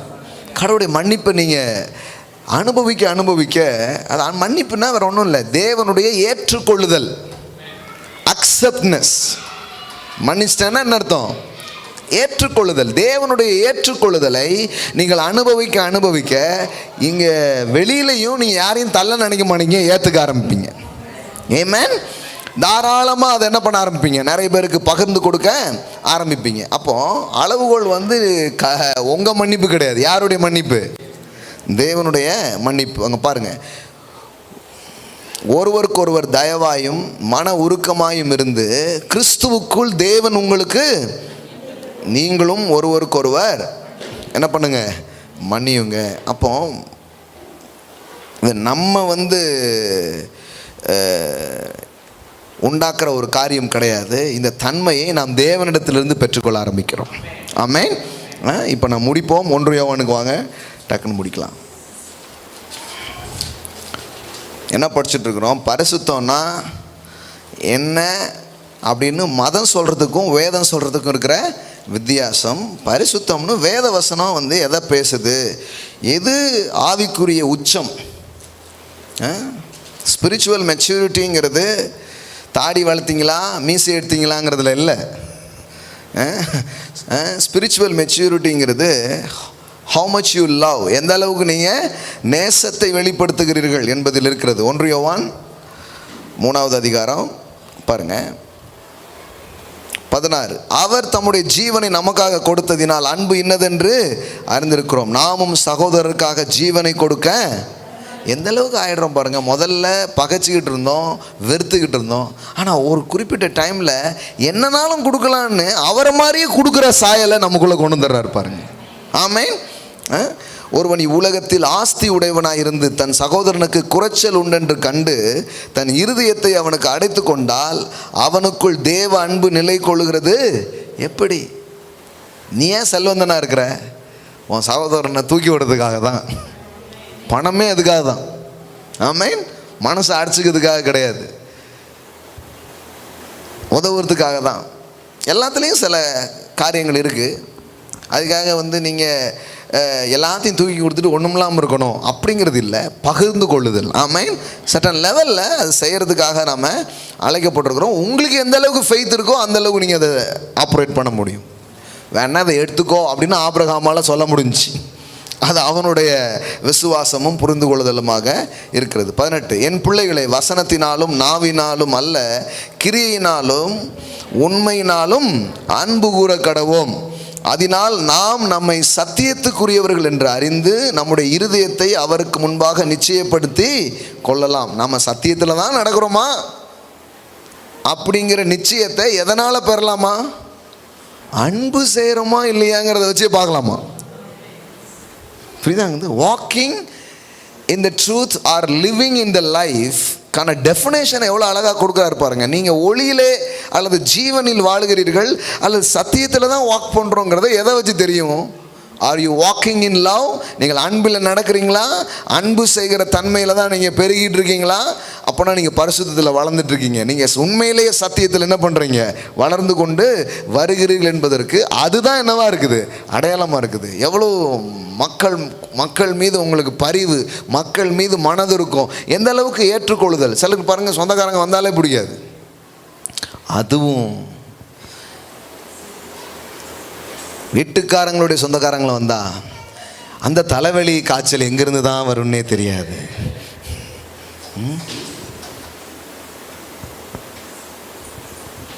ஒரு ஹஸ்பண்ட் ஃபோன் பண்ணி அம்மா ஊர்லேருந்து வராங்களா அப்படின்ட்டு இருக்கிறாரு. உடனே ஒய்ஃபு, என்னால் முடியாதுங்க, இன்றைக்கி வந்து எனக்கு ஏதோ பிரச்சனை இருக்குது, ஹோட்டலில் கீட்டில் சாப்பிட்டு வர சொல்லிடுங்கன்ட்டு. அப்போ உங்கள் அம்மாட்ட சொல்லிடுவா அப்படின்ட்டு இருக்காரு அவர்.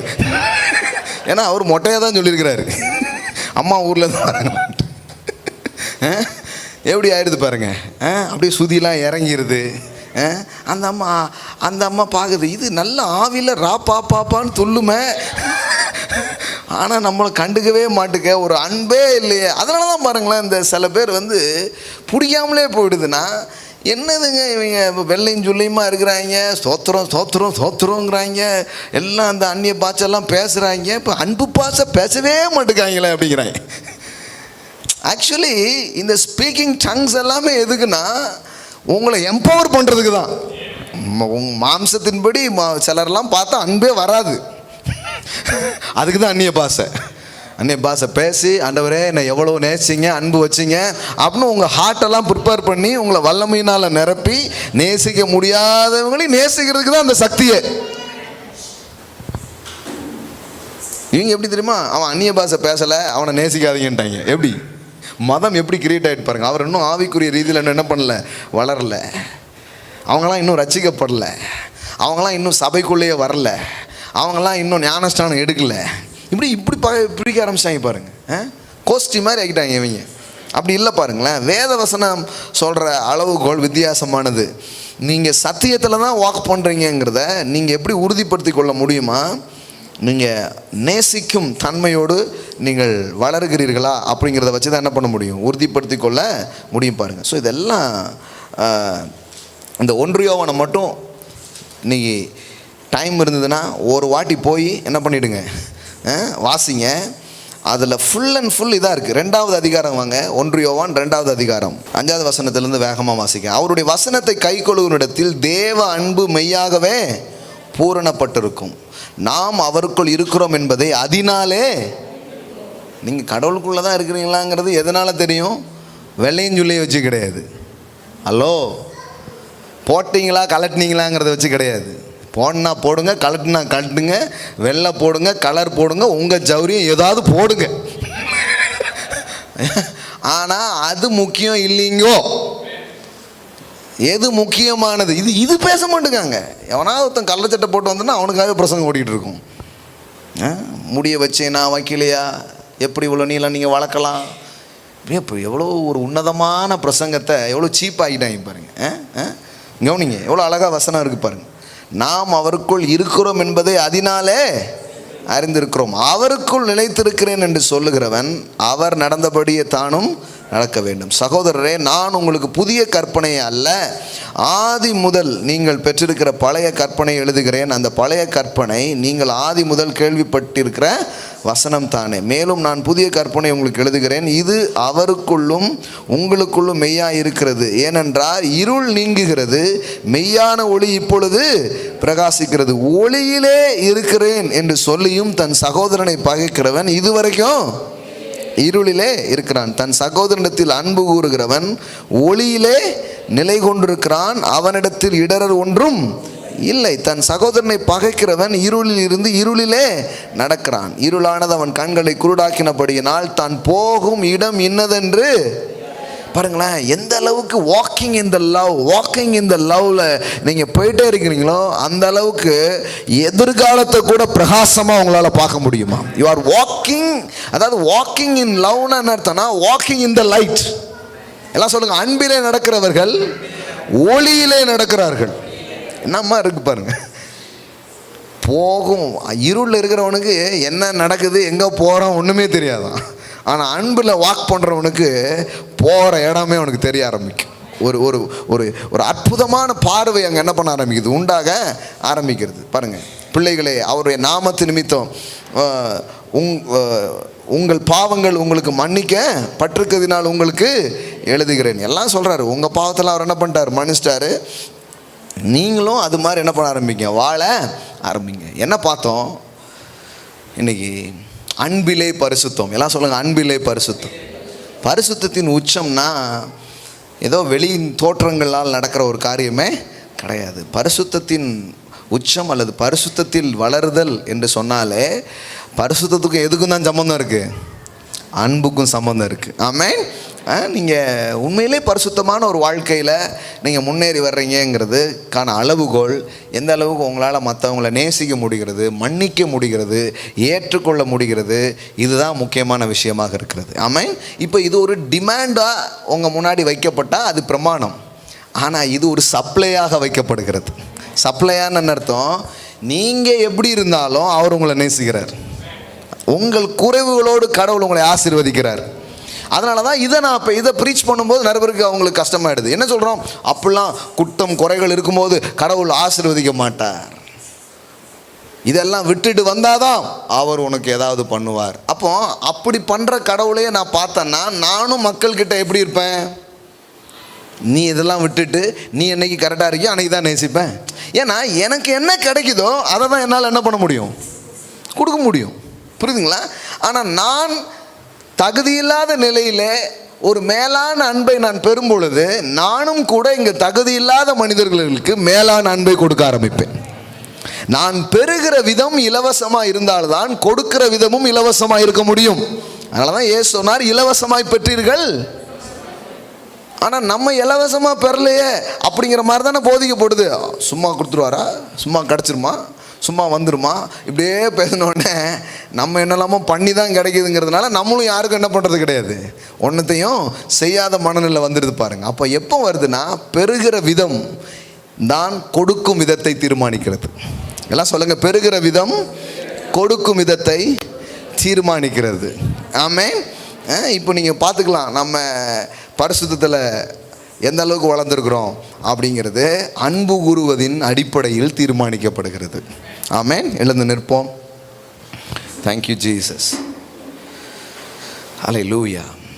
வாவ். எத்தனை பேருக்கு இன்றைக்கி சாயங்காலம் வந்து சந்தோஷம்? ஆமென். ஆண்டவர் உங்களோட பேசினாரா? நீங்கள் ட்ரை பண்ணாதீங்க, உங்களுக்கே அந்த தன்மையை கடவுள் தருவார். நேசிக்க முடியாத கணவனை நேசிக்க முடியாத மனைவியை நேசிக்க, மன்னிக்க முடியாத உறவுகளை மன்னிக்க கடவுள் உங்களுக்கு கிருபை தருவார். கடவுள் உங்களுக்கு கிருபை தருவார். நீங்கள் வந்து உங்கள் இயல்பில் அது சாத்தியமே கிடையாது. நீங்கள் கடவுள்கிட்ட போய் சொல்லிவிடுங்க, என்னாலலாம் முடியாது சுவாமின்ட்டு. அவர் சொல்வார், எனக்கும் அது ரொம்ப நல்லா தெரியும், ஆனால் நான் உனக்குள்ளே வரப்போகிறேன், என் அன்பை உனக்குள்ளே ஊற்ற போகிறேன், அதனால் சாத்தியமில்லாதெல்லாம் உன் வாழ்க்கையில் சாத்தியமாக போகிறது. ஆமென். ஹல்லேலூயா. சில நேரத்தில் மன்னிக்க முடியாத துரோகங்கள்லாம் மனிதர்கள் பண்ணிட்டு போயிருப்பாங்க. யோசேப்பு வாழ்க்கையில் பாருங்கள், சொந்த சகோதரர்கள் அவனை வித்துடுறாங்க, கூலியில் தூக்கி போட்டுருந்தாங்க. எவ்வளோ காரியம் பாருங்கள். ஆனால் இதில் ரொம்ப பியூட்டிஃபுல்லான விஷயம் என்ன தெரியுமா? அவ்வளோ பண்ண சகோதரர்களுக்கு இவன் நல்லா ஆனதுக்கப்புறம், பொதுவாக அந்த படத்துலலாம் ஹீரோ நல்லா ஆனால் வில்லன்களை பழி வாங்குவாங்க. வெற்றி நிச்சயம், பெரிய ஆளாகி என்னை என் வீட்டை எப்படி இடிச்சியோ அப்படியே நானும் உன்னை இடித்து உன்னை நடுத்தரவு கொண்டு வந்து பண்ணலை, உன் காலாண்டரில் எழுதி வச்சுக்கோ அப்படின்னு தான் பண்ணுவாங்க. ஆனால் அதுலேயே பார்த்தீங்கன்னா கடைசியில் பாருங்கள், அப்படி ஒருத்தனை பழி வாங்குவது அன்பல்ல, அப்படி பண்ண ஆளை மன்னிக்கிறது தான் அன்புன்னா அந்த மூவியில் கூட முடிக்கிறாங்க. நம்ம சும்மா எல்லாம் சினிமாவை குறை சொல்லிட்டு இருக்கக்கூடாது. அப்போ கடவுள் பாருங்கள் எப்படிப்பட்ட கடவுள் நினைக்கிறீங்க நீங்கள்? அவர் எப்படிப்பட்ட வாழ்க்கைக்கு உங்களையும் என்னையும் அழைச்சிருக்கிறாரு. அப்போ யோசேப்பு அதுதான் பண்ணுறார். கோசேன்கிற ஒரு பெஸ்ட் நாட்டில் கொண்டு போய் அவன் அண்ணன் தம்பிக்கு வாழ்வு கொடுக்குறான். அவன் என்ன சொல்கிறான்? நீங்கள் என்னை தள்ளுனதுக்காகலாம் உங்களுக்கு நன்றி, ஏன்னா நீங்கள் தள்ளினீங்க, அவர் என்னை கரெக்டாக அங்கே கூப்பிட்டு வந்துட்டார் அப்படின்ட்டாங்க. விசா இல்லாமல் பாஸ்போர்ட் இல்லாமல் கரெக்டாக வந்து சேர்ந்துட்டேன் நான்.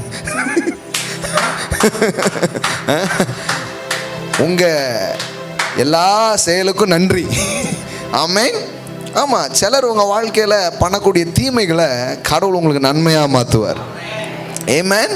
நீங்கள் அதனால் மனுஷனை ரொம்ப இது பண்ணிக்காதீங்க. மனுஷன் எப்படின்னா அவனுக்கு கிடைச்சது தான் உங்களுக்கு தருவான்.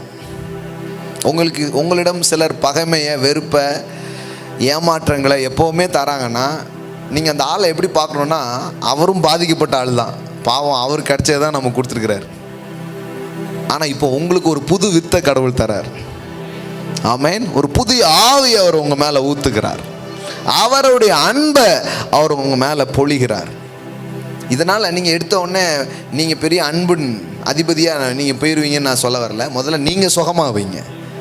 ஓ தேங்க்யூ டாடி, என்ன அவர் நேசிக்கிறார், என் மேலே அன்பு செலுத்துகிறார், என்னை வாழ வைக்கிறார், என்னை விடமாட்டார், எனக்கு உண்மையாக அவர் இருப்பார். நிறைய நேரம்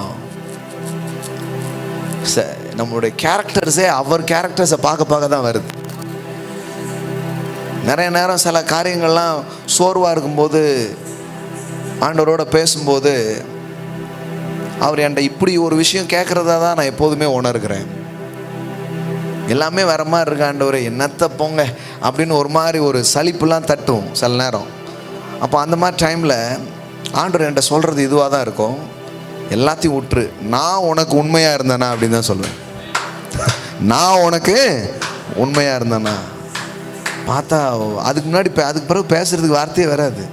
அவங்க அப்படி பண்ணிட்டாங்க, இவங்க இப்படி பண்ணிட்டாங்க, இவங்க அப்படி பேசிட்டாங்க, இவங்கெல்லாம் ஏன் எனக்கு இப்படி செய்யலை, இப்படி 1000 ஓடும் பாருங்க. ஆனால் ஒரு ஒரே லைனில் சொல்கிறார், அதெல்லாம் விட்டுரு, நான் உனக்கு உண்மையாக இருந்தேனா. ஆமாம் ஆண்டவரே, அவ்வளோதான், நீ என்ன பாரு, என் சாயலுக்கு ஒப்பா நீ மாறு, அந்த சாயலை நீ போய் இந்த பூமியில் வெளிப்படுத்து, அவ்வளோதான்.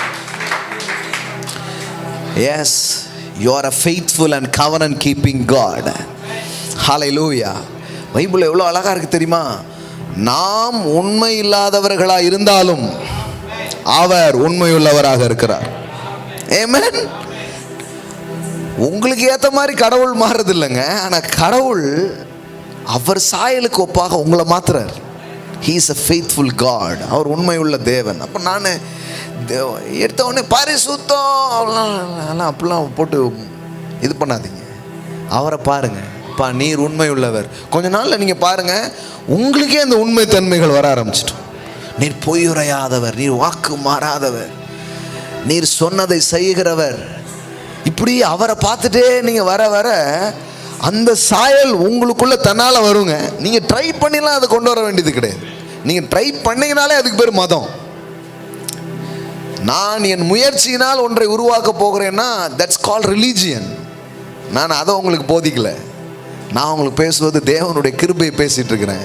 அது உங்களுக்குள்ள அதை கொண்டு வரும். அது நமக்குள்ள இல்லை, அதை நம்ம புரிஞ்சுக்கணும். ஆனால் அது அங்கேருந்து தான் வர முடியும். அவர் தான் உங்களுக்கு அதை தர முடியும். அவர் தான் அதை உங்களுக்குள்ள ஊற்ற முடியும். யோசேப்பு பார்த்தான், நீங்கள்லாம் எனக்கு தீமை செஞ்சீங்க, ஆனால் கர்த்தரோ அதை நன்மையாய் முடிய பண்ணினார். ஆமென். அவனுக்கு என்னன்னா, தீமை செஞ்ச சகோதரர்கள் எப்படி மன்னிக்க முடிஞ்சுச்சு?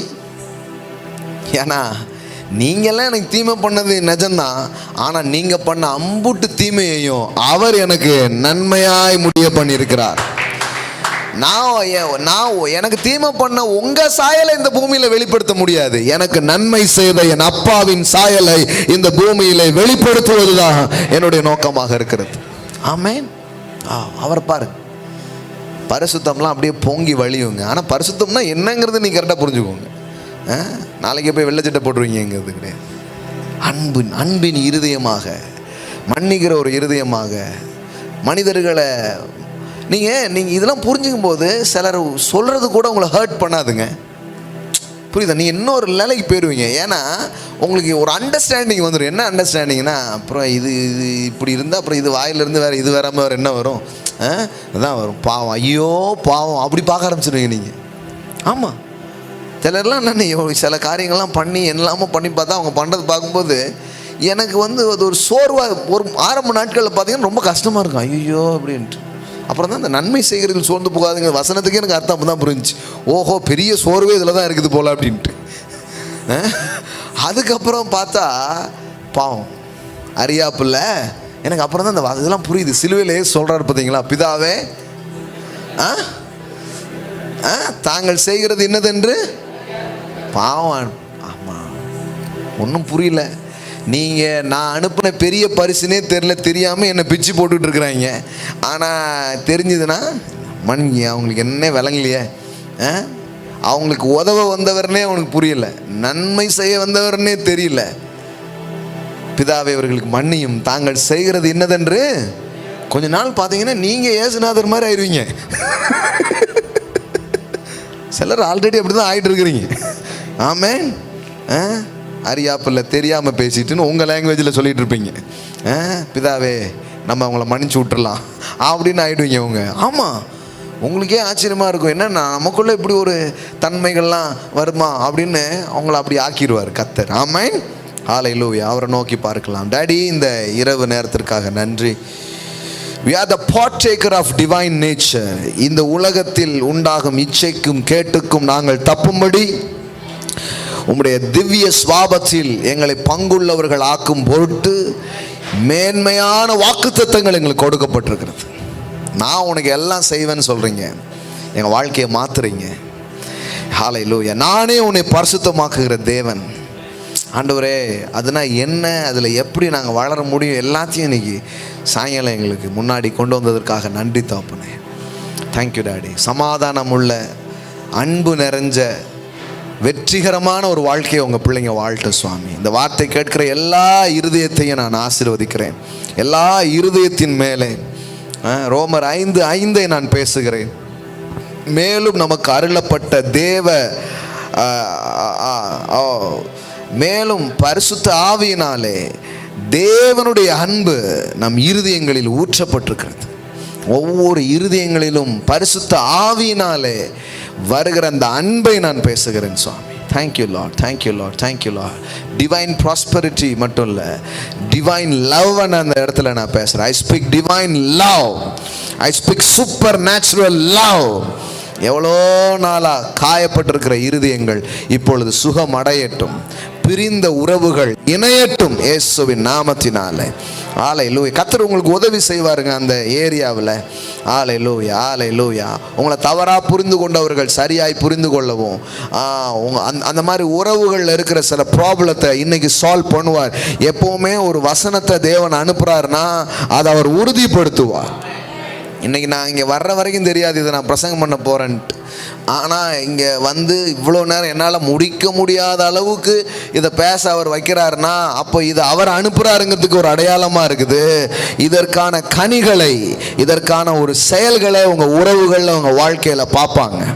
ஆமாம் ஆமாம் ஆமாம் ஆமாம் ஆமாம். ஒரு ஒரு ஒரு ஒரு எப்போவுமே அந்த உறவுகளில் இருக்கிற சில சிக்கல்கள் எத்தனையோ வருஷம் எப்போமோ சொன்ன வார்த்தை தூக்கி தூர போடுங்க. அந்த குப்பையெல்லாம் உங்கள் ஆவிக்குரிய மெச்சூரிட்டியை அதுதான் தடுத்துக்கிட்டு இருக்கு. நிறைய நேரம் தூக்கி தூர போடுங்க. Forgive them.